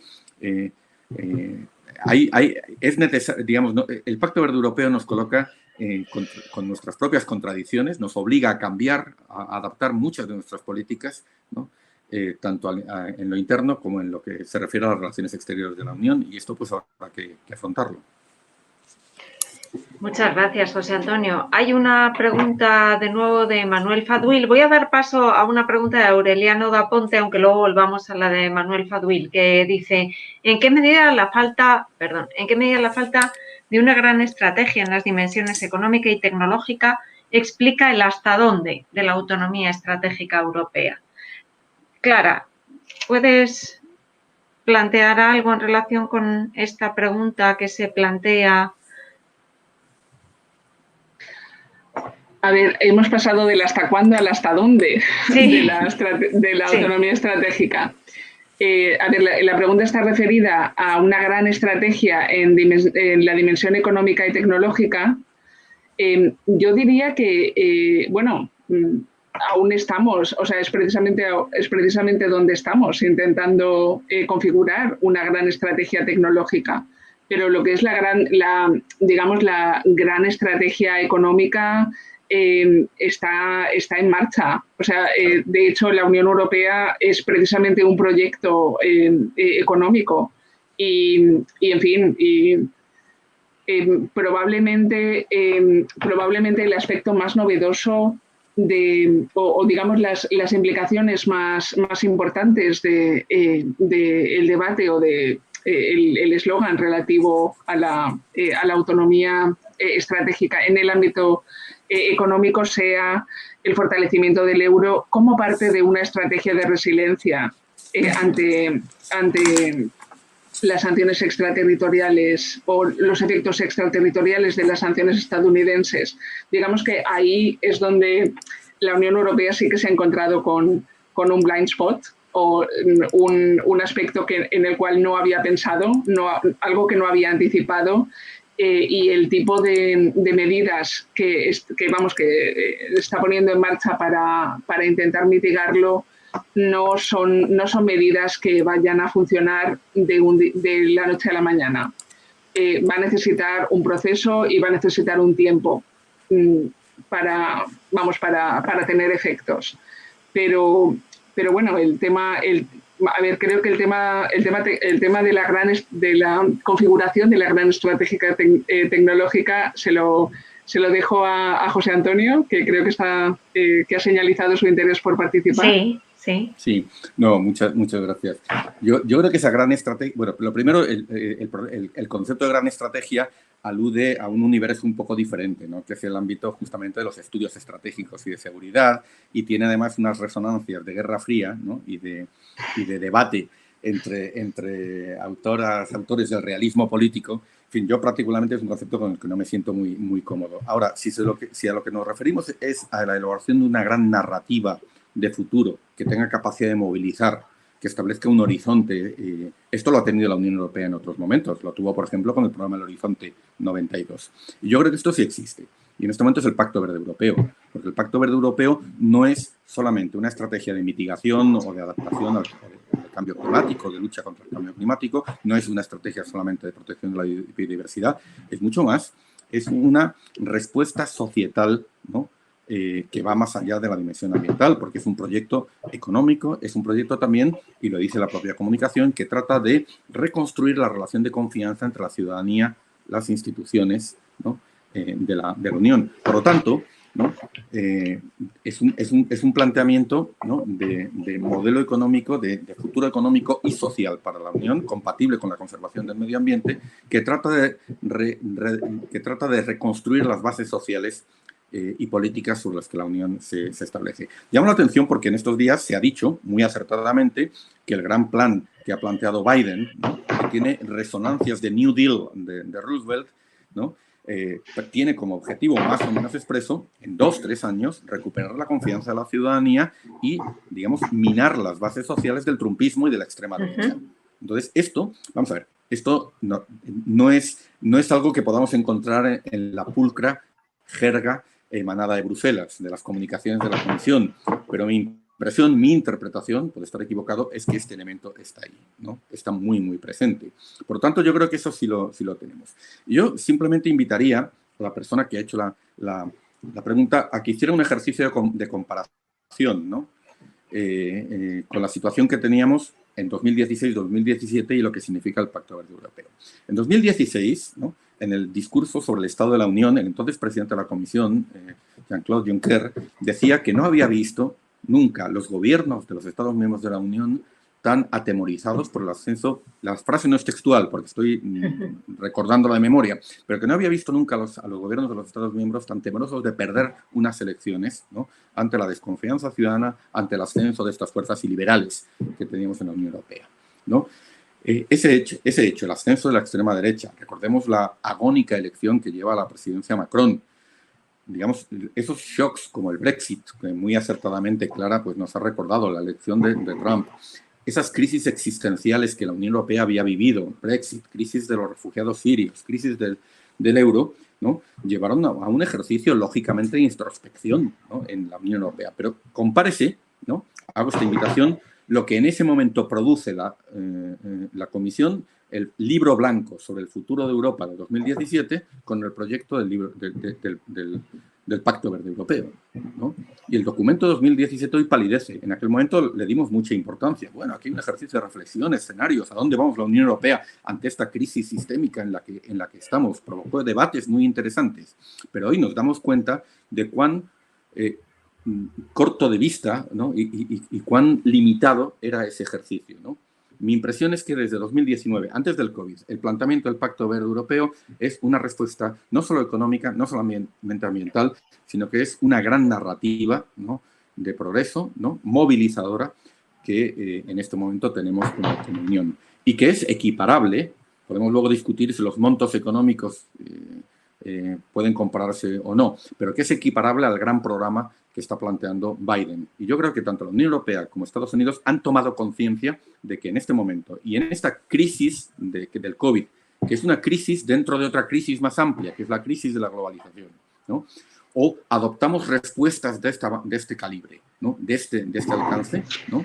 O vamos a tener problemas muy serios en el futuro. Aquí hay todo un esfuerzo de reconstrucción, ¿no? Desde de las bases mismas del modelo económico, del modelo social, del modelo político, de alcance histórico, y el Pacto Verde representa sin duda esa gran narrativa. Me resisto de nuevo a llamarla gran estrategia. Dicho esto, en el ámbito digital está mucho menos avanzada, ¿no? Esto también es un elemento importante porque efectivamente tenemos que tomar decisiones, ¿no? Difíciles, ¿no? En relación a la tecnología 5G, hay que construir capacidades que no tenemos, etcétera, etcétera. Pero eso se sitúa, es una dimensión muy importante, pero es una dimensión, digamos, parcial de lo que es el marco más amplio que creo que como Unión Europea en este momento sí tenemos trazado. José Antonio, hago un pequeño inciso. Has hablado acerca del impacto que tuvo la elección de Trump Y ahora nos encontramos en un momento en el que hay trampistas por todas partes y eso en Europa. Entonces, incluso aquí cerquita. Entonces, ¿cómo puede afectar eso a la autonomía estratégica? Lo planteo a los dos. Simplemente se lo he planteado a José Antonio porque precisamente ha sacado el tema, pero Clara, también me gustaría saber tu opinión a ese respecto. ¿Cómo lo ves? Si me permites, muy rápidamente, ¿no? Cuando se han hecho estas analogías forzadas, interesadas, incorrectas a la postre, ¿no? Del momento actual con el momento de la Guerra Fría, a mí hay una dimensión que me interesa destacar, ¿no? Respecto a los desafíos que encontró Occidente, o Estados Unidos y la Unión Europea, ¿no? Y es que el desafío que representó en aquel momento la Unión Soviética y el bloque del Este era un desafío mucho más sólido, mucho más imperativo, de mucho mayor alcance del que ahora pueda representar el ascenso de China o cualquiera de los elementos que estamos planteando. Y sin embargo, las sociedades occidentales tuvieron mucha mayor capacidad, ¿no?, para hacerle frente. ¿Por qué eran sociedades mucho más cohesionadas?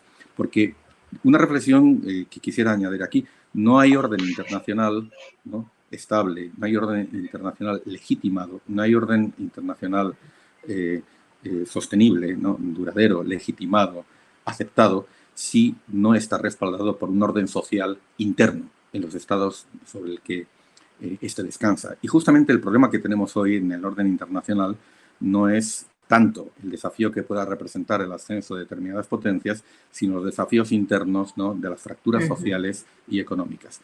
John Ikenberry lo decía recientemente en un artículo muy bonito en International Affairs, ¿no? Y este es un guiño para los internacionalistas. La crisis que estamos viviendo hoy, decía Ikenberry, no es una crisis Edward Hallett Carr, sino una crisis Karl Polanyi, en referencia a las dos maneras, a las dos interpretaciones que se hicieron de lo ocurrido en el periodo entre guerras, ¿no?, en vísperas de la Segunda Guerra Mundial, ¿no?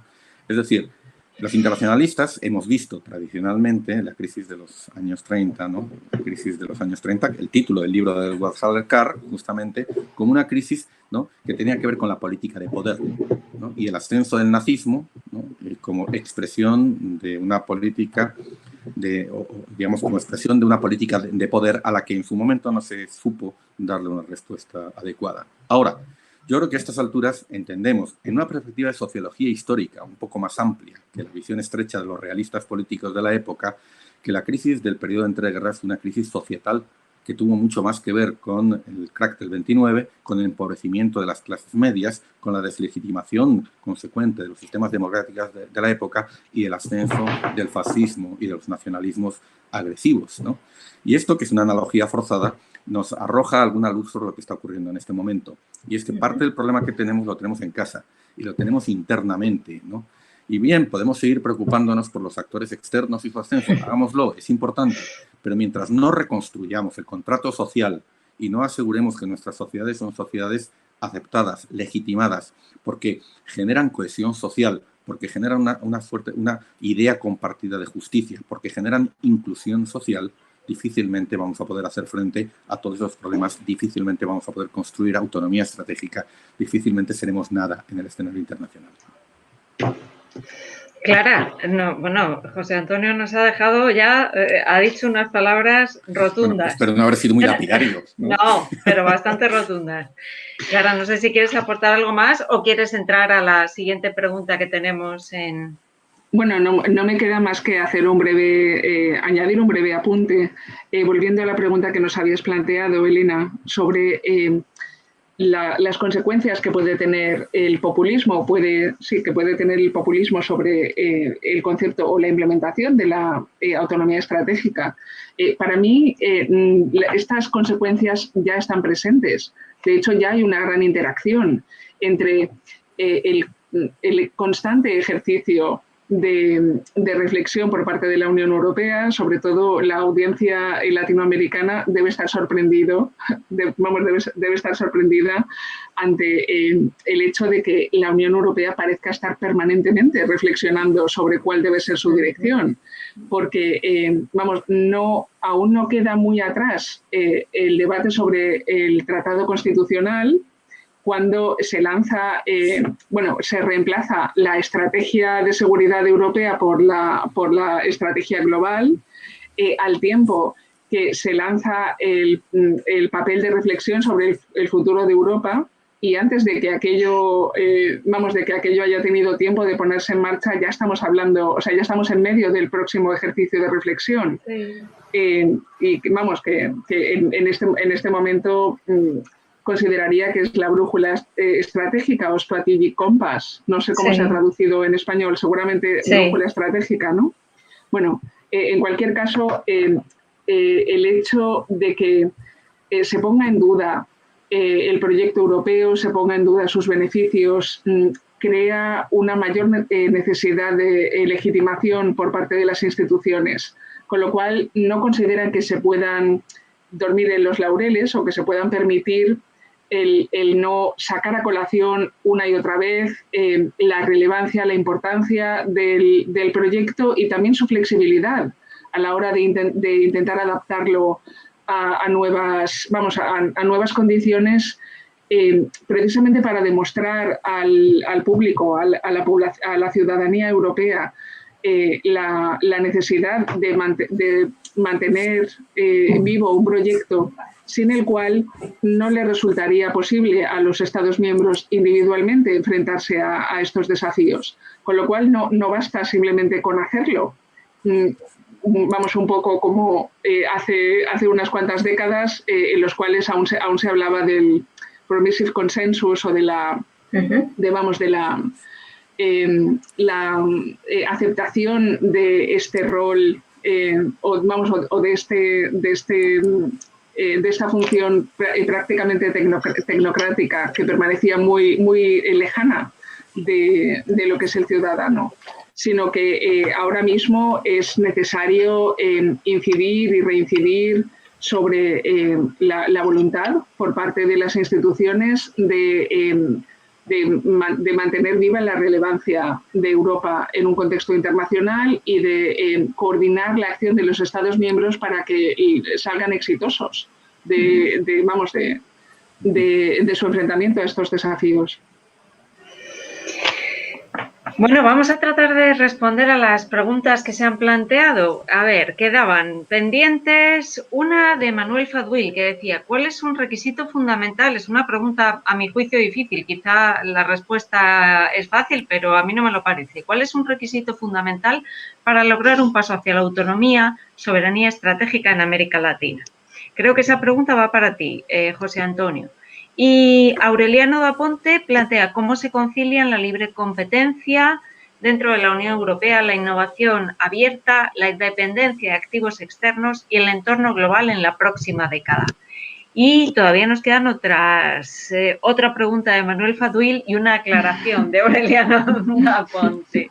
Empezamos por ti, José Antonio, que esa pregunta que a mí desde luego me parece compleja.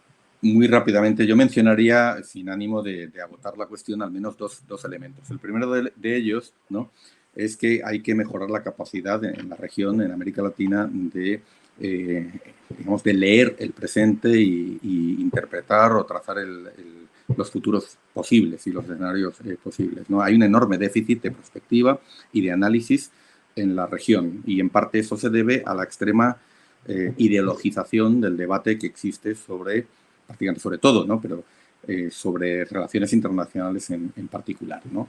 Mencionaría un par de ejemplos ilustrativos, ¿no? Cuando llega al poder en algunos países clave de América Latina una serie de gobiernos liberal-conservadores y dan fin, ¿no?, al ciclo de gobiernos progresistas del periodo anterior, ¿no?, plantean como elemento común de su estrategia de inserción internacional, me estoy refiriendo a los Macri, los Temer, los Pedro Pablo Kuczynski, en fin, estos líderes liberal-conservadores, ¿no?, plantean como estrategia de inserción internacional abrazar la globalización y reinsertarse en la globalización, ¿no? Y porque por lo visto el problema era que los gobiernos anteriores eran gobiernos autárquicos, cerrados, ¿no?, proteccionistas, etcétera, etcétera. Bueno, pues esto se plantea, ¿no?, en el momento en el que Trump empieza a saltar la Organización Mundial de Comercio, empieza a plantear una lógica de comercio administrado, a cuestionar, digamos, empieza a impulsar guerras comerciales con los Estados Unidos, y más allá de esos factores de agencia, también resulta evidente, ¿no?, que estamos ya en un proceso de crisis de la globalización en el que hay una serie de elementos profundos, de cambios económicos profundos que están promoviendo un acortamiento de las cadenas de valor, ¿no?, una relocalización o reubicación de las cadenas de valor de manera más, en áreas más cercanas, ¿no? Más allá de la voluntad concreta de Trump. Es decir, en el momento en que la globalización está en crisis, estos gobiernos lo que plantean es volver a algo que ya se está perdiendo, ¿no? Y de hecho algunos llegan a pedir acuerdos de libre comercio a los Estados Unidos cuando desde luego la voluntad de los Estados Unidos de ofrecer ese tipo de acuerdos en ese momento era bastante escasa. Entonces yo la primera respuesta que daría a esta cuestión, la región, digamos, tiene que dejar atrás ese debate tan polarizado y tan ideologizado sobre inserción internacional y hacer un esfuerzo, ¿no?, por leer el mundo, leer las tendencias, analizar las tendencias. De nuevo, esto es algo en lo que puede haber interlocución con la Unión Europea. Nosotros también estamos haciendo este ejercicio permanentemente, ¿no? Y ahora yo creo que de manera conjunta con esa brújula o ese compás estratégico, yo también he encontrado esa traducción al castellano, eso es lo que estamos haciendo. Y lo segundo, ¿no?, desde luego, no dejaremos de decirlo, ¿no?, y es que la región, América Latina, necesita de mayor capacidad, agencia, necesita de esto que en la literatura hemos llamado actorness o condición de actor, que también es un debate relacionado con la autonomía estratégica y en qué medida la Unión Europea tiene condición de actor, no siendo, digamos, de manera distinta como lo es inherentemente, ontológicamente, un Estado miembro, ¿no? Entonces, construir actorness en América Latina significa reactivar la integración regional, ¿no?, y hacerlo, digamos, con estrategias viables, con estrategias pragmáticas, y no supeditar la integración regional de nuevo a la polarización ideológica. ¿Qué hemos visto en los últimos años? Bueno, siguiendo la línea de reflexión, todo el debate teórico y aplicado sobre contestación, sobre impugnación, ¿no?, esta discusión sobre contestation que impulsa, por ejemplo, la profesora Antje Wiener, lo que hemos visto en América Latina es un ejemplo de contestación e impugnación institucional y normativa de los esquemas de integración. De la misma forma que las derechas extremas en Europa o ciertas derechas son euroescépticas, hemos visto por razones distintas que las nuevas derechas de América Latina han impugnado y cuestionado los esquemas de integración y han contribuido de manera muy directa a desmantelar, ¿no?, los débiles marcos de integración que existían en la región, concretamente la UNASUR, la Unión de Naciones Sudamericanas, ¿no?, a la que injustamente, en mi opinión, se acusó de bolivariana, ¿no?, de estar supeditada al régimen de Maduro, lo que no era en modo alguno cierto, pero por razones de política doméstica, de movilización electoral interna en muchos casos, se desmanteló esa organización. Y América Latina desde el año 2015 no tiene activo su marco de concertación regional en política exterior, que es la CELAC, la Comunidad de Estados Latinoamericanos y Caribeños. Entonces, el hecho de no tener agencia, de no tener actorness, ¿no?, ha hecho a la región incapaz de hacer frente a sus propios problemas y a sus propias crisis, y ha facilitado que la región se convierta en un escenario de la pugna geopolítica entre China y Estados Unidos, ¿no? Entonces, yo creo que estos dos elementos, ¿no?, primero, un mejor y mayor análisis del contexto internacional, mayor perspectiva. Segundo, reforzar la condición de actor de la región, reconstruir los procesos de integración regional para actuar colectivamente, serían dos elementos esenciales para dar respuesta a la cuestión que nos han planteado. Clara, no sé si puedes contestar esta pregunta a Aureliano Daponte, que dice: ¿cómo se concilian la libre competencia dentro de la Unión Europea, la innovación abierta, la dependencia de activos externos y el entorno global en la próxima década? Bueno, yo diría que esto más que una pregunta son varias preguntas en una, ¿no?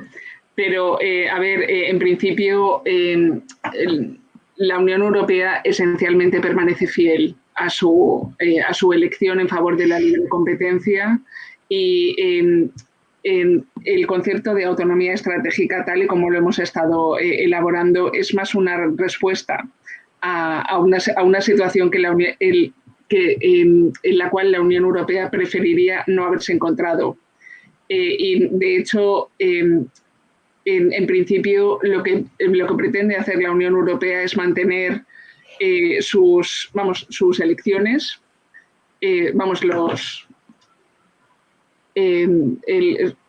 su funcionamiento lo menos alterado posible. Todo esto, todo esto evidentemente hay que complementarlo con lo que José Antonio ha estado contándonos sobre el Green Deal, sobre el Pacto Verde. Hay un ejercicio, una intención de reconstitución desde dentro. Pero, a ver, en principio, la cuestión digamos, el concepto de autonomía estratégica debe verse más desde una perspectiva de defensa ante precisamente ese peligro, el peligro de encontrarse, de verse transformado en un escenario en la pugna o la rivalidad creciente que tuvo lugar en los últimos años de forma cada vez más aguda entre China y Estados Unidos, que parecía empujar a la Unión Europea a posicionarse de un lado o de otro, mientras que al mismo tiempo permanecía interesado en mantener sus vínculos comerciales con China sin tener que renunciar a ellos en favor de una lealtad a Estados Unidos, que al mismo tiempo lo estaba atacando, estaba atacando sus intereses comerciales. Es decir, no es nada más que eso. No tiene unas consecuencias profundas respecto a lo que es el autoconcepto de la Unión Europea o su proyecto interior. José Antonio, me parece que esta pregunta va para ti también. Dice, tiene un poquito que ver con la anterior probablemente. En los procesos de integración económica, tecnológica o ambiental se requiere de recurso humano visionario, es decir, individuos amigos de la estrategia. ¿Escasean en América Latina? En parte lo has quizá contestado antes, pero no sé si puedes volver a señalar algo. Bueno, esto quizás puede suscitar una reflexión más general, ¿no? Y que tiene que ver con algunos procesos sociopolíticos que estamos viviendo en la región, ¿no? Yo creo que hay un desgaste muy marcado de las élites políticas tradicionales en América Latina, ¿no? Y lo estamos viendo en muchos países. Ese desgaste se traduce en problemas de legitimidad, en problemas de representatividad, en desafección ciudadana. Hay una crisis de representación muy visible, aunque se exprese de manera distinta en cada país, ¿no? Pero simplemente por mencionar algunos apuntes, ¿no? De manera impresionista. Ahora estamos entrando en un nuevo superciclo electoral, ¿no? Con elecciones en distintos países, pero el que tuvimos anteriormente, entre el 17 y el 19, ¿no? Dejó un patrón común en la mayor parte de la región, un patrón muy marcado, ¿no? Y es el del relevo, el de la derrota al oficialismo, ¿no? No hubo un cambio, o sea, no se reorganizó la política de la región en torno a clivajes ideológicos, sino más bien, ¿no? El deseo de cambio, ¿no? Por el desgaste, el descontento y el hartazgo ciudadano hacia unas élites políticas que en muchos casos aparecían vinculadas a la corrupción y que no eran capaces de responder a las demandas ciudadanas, ¿no? Y esto lo hemos estado viendo de nuevo ahora. Entonces, tenemos en el caso de Chile, por ejemplo, ¿no? Después de las protestas, es un país que ha logrado encauzar bien esas protestas a través de, digamos, para reformarse a sí mismo a través de una convención constitucional, pero ahora que se llama a las urnas, ¿no? Los partidos políticos tradicionales tienen un serio problema, ¿no? Para tratar a la hora de suscitar la confianza y el respaldo de la ciudadanía. Y lo hemos visto recientemente, quizás es un caso extremo, ¿no? Pero en ciencias sociales los casos extremos a veces nos sirven justamente para identificar tendencias que aparecen un poco más diluidas en otros casos. Pero es el caso de Perú, ¿no? Una elección con un nivel de fragmentación política absolutamente extremo, ¿no? En el que no teníamos la menor idea de qué es lo que podía ocurrir y donde, de hecho, el resultado ha arrojado algunas sorpresas, ¿no? Incluso con algunos candidatos que prácticamente no conocíamos el día anterior, incluso que los noticieros no tenían ni fotografía para ilustrar, ¿no? y es un hecho muy ilustrativo para mostrar de quién se trataba, y en el que no sabíamos muy bien qué era lo que podía ocurrir, y de hecho pues sigue habiendo una enorme incertidumbre en cuanto a los resultados. Entonces, todo esto es un problema societal mucho más amplio, ¿no? Pero en este contexto pues resulta muy difícil para los países de la región, lo que antes señalábamos, ¿no? Es decir, tratar de analizar el contexto internacional en el que se encuentran y de trazar estrategias de seguro, estrategias de futuro. Hay capacidades en la región, pero no son escuchadas, ¿no? Los análisis de CEPAL, por ejemplo, siguen siendo extraordinariamente lúcidos, ¿no? Respecto al presente y al futuro, pero desde luego pues, no permean en esas élites y no se reflejan esa demanda de relevo de esas élites políticas tradicionales.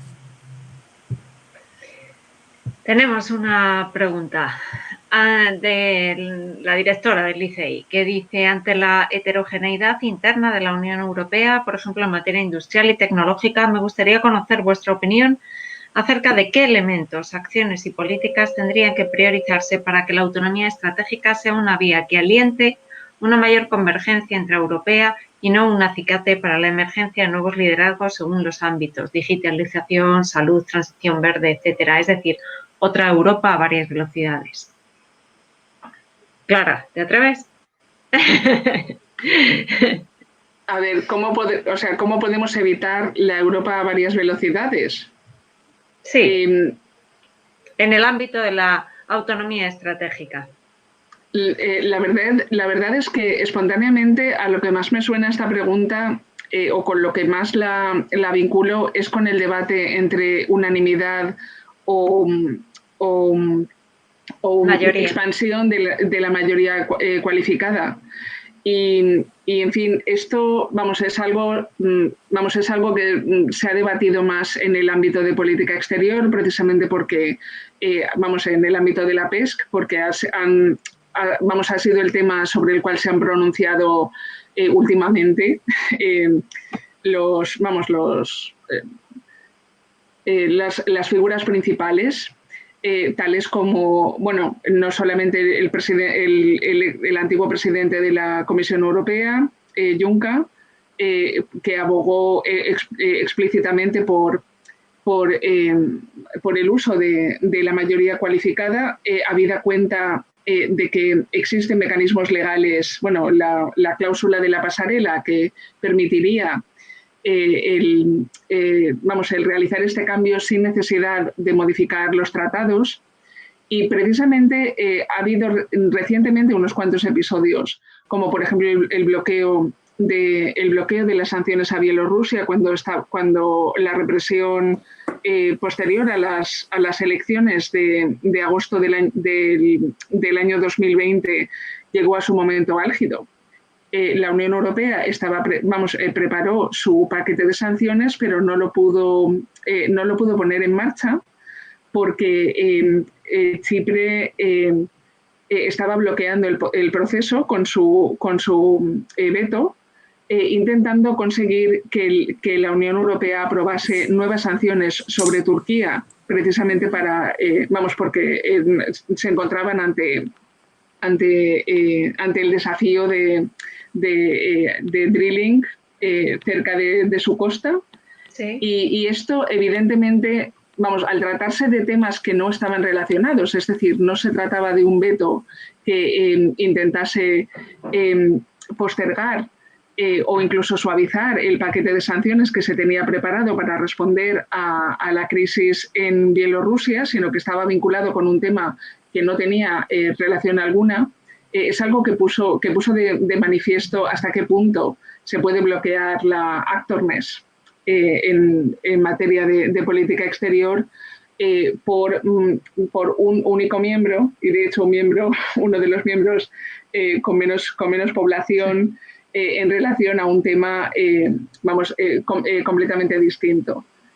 Pero y de hecho las consecuencias de esta dilación fueron más allá de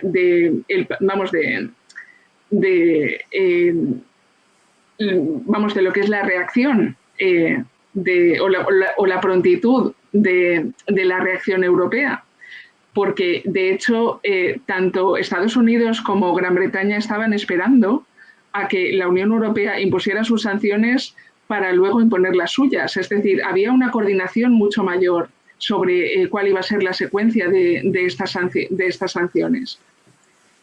Total, después de que se puso de manifiesto hasta qué punto esto podía, la persistencia del veto podía constituir un obstáculo para la acción exterior y evidentemente la imagen de la Unión Europea en su vecindad inmediata. Se ha estado hablando se ha estado debatiendo de una forma mucho más abierta sobre la posibilidad de pasar a la mayoría cualificada. Lo que pasa es que al mismo tiempo hubo manifestaciones contrarias a la introducción de la mayoría cualificada, incluso por parte del propio presidente del Consejo, que proviniendo él mismo de un país pequeño, manifestó su incomodidad con la desaparición del veto, precisamente porque los intereses de los países más pequeños podrían verse soslayados de forma mucho más fácil con la eliminación del requisito de unanimidad. Y, en fin, el hecho de que no se haya tomado ninguna decisión al respecto muestra, a mi modo de ver, que existe también, existen temores legítimos a dar vía libre a lo que sería una dominación por parte de los países con mayor peso, especialmente de Francia y Alemania, en un contexto en el que el tercer país de mayor peso, que era Gran Bretaña, había desaparecido. Ahora nos encontramos con una composición en la cual los pequeños y medianos estados son los que predominan. Por otro lado, aquellos que abogaban por la adopción de un sistema mayoritario llamaban la atención sobre el hecho de que la dinámica decisoria dentro del Consejo se vería también alterada. Los distintos actores se verían mucho más abocados a intentar negociar con otros para lograr encontrar mayorías y evitar el verse superados por los demás, con lo cual sería también, podría ser un experimento interesante el ver cómo funciona cómo funcionarían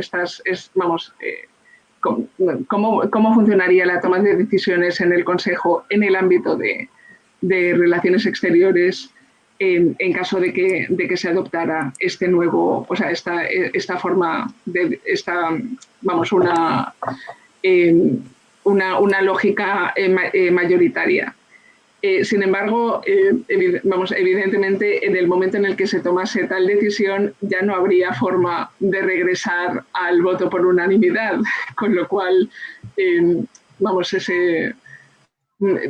se entiende que haya una preferencia por ser precavido, por ser precavido al respecto. De todas formas, probablemente la mejor forma de afrontar, de introducir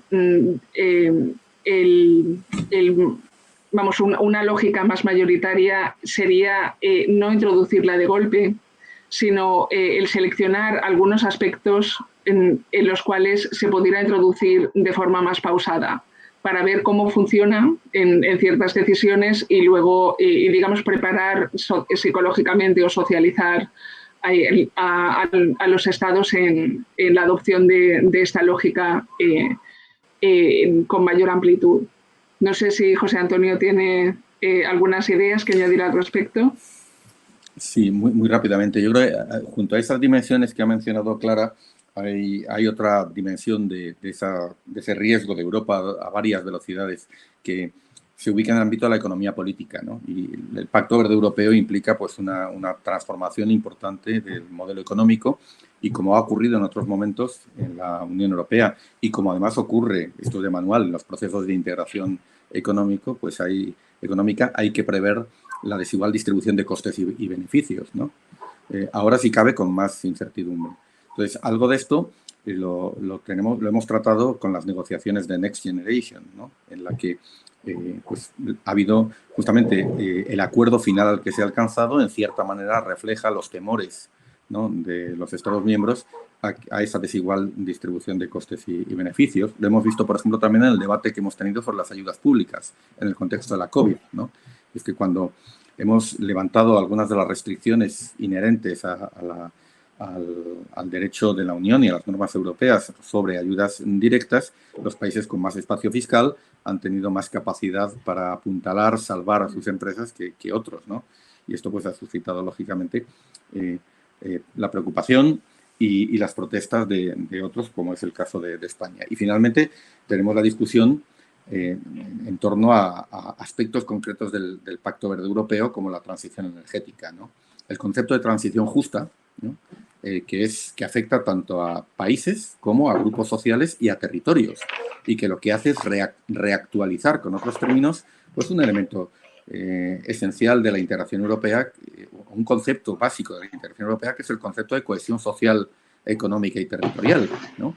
¿Cómo aseguramos la cohesión económica, social y territorial, ¿no? Ante esta transición energética que tenemos que afrontar? ¿Cómo aseguramos que es justa y no golpea en mayor medida a determinados países, a determinados territorios y a determinados grupos sociales, ¿no? Y cómo desplegamos mecanismos, marcos regulatorios adecuados para tratar de enfrentar eso, cómo establecemos marcos de incentivos de mercado que enfrenten esos riesgos y finalmente cómo utilizamos pues, lo que siempre hemos utilizado, ¿no? Los mecanismos de política estructural, las transferencias, ¿no? Para tratar de compensar, de atenuar esos costes que inevitablemente comportan estas transformaciones, ¿no? Y que inevitablemente pues, tienden a distribuirse desigualmente. Bueno, pues yo tenía todavía alguna pregunta, pero me parece que vamos a poner fin al debate. Yo tenía alguna pregunta sobre mi tema, que es el Ártico, pero que también tiene cabida en esto de la agenda de la autonomía estratégica y creo que también bastante relevante, sobre todo en las relaciones con Rusia, pero creo que ha llegado el turno de poner fin a nuestro debate, a nuestra reunión. No me queda más que agradeceros muchísimo vuestra participación, vuestro tiempo y vuestra sabiduría, desde luego, que habéis compartido con todos nosotros, que tenéis un registro amplísimo. Habéis podido responder a todas las preguntas que os hemos planteado, que han sido realmente muy variadas, tan variadas como lo es el concepto de autonomía estratégica abierta. Y también agradecer, por supuesto, al ICEI, que es la sede de estos conversatorios sobre el futuro de Europa en estos lunes europeos, y también a las otras fundaciones e institutos que están respaldando estos lunes europeos que ha puesto en marcha el ICEI bajo la coordinación de la profesora Ruth Ferrero. Bueno, pues sin más, muchas gracias a vosotros y a los que os han seguido muy de cerca con preguntas muy interesantes. Gracias de verdad. Muchísimas gracias también por mi parte. Gracias a vosotros.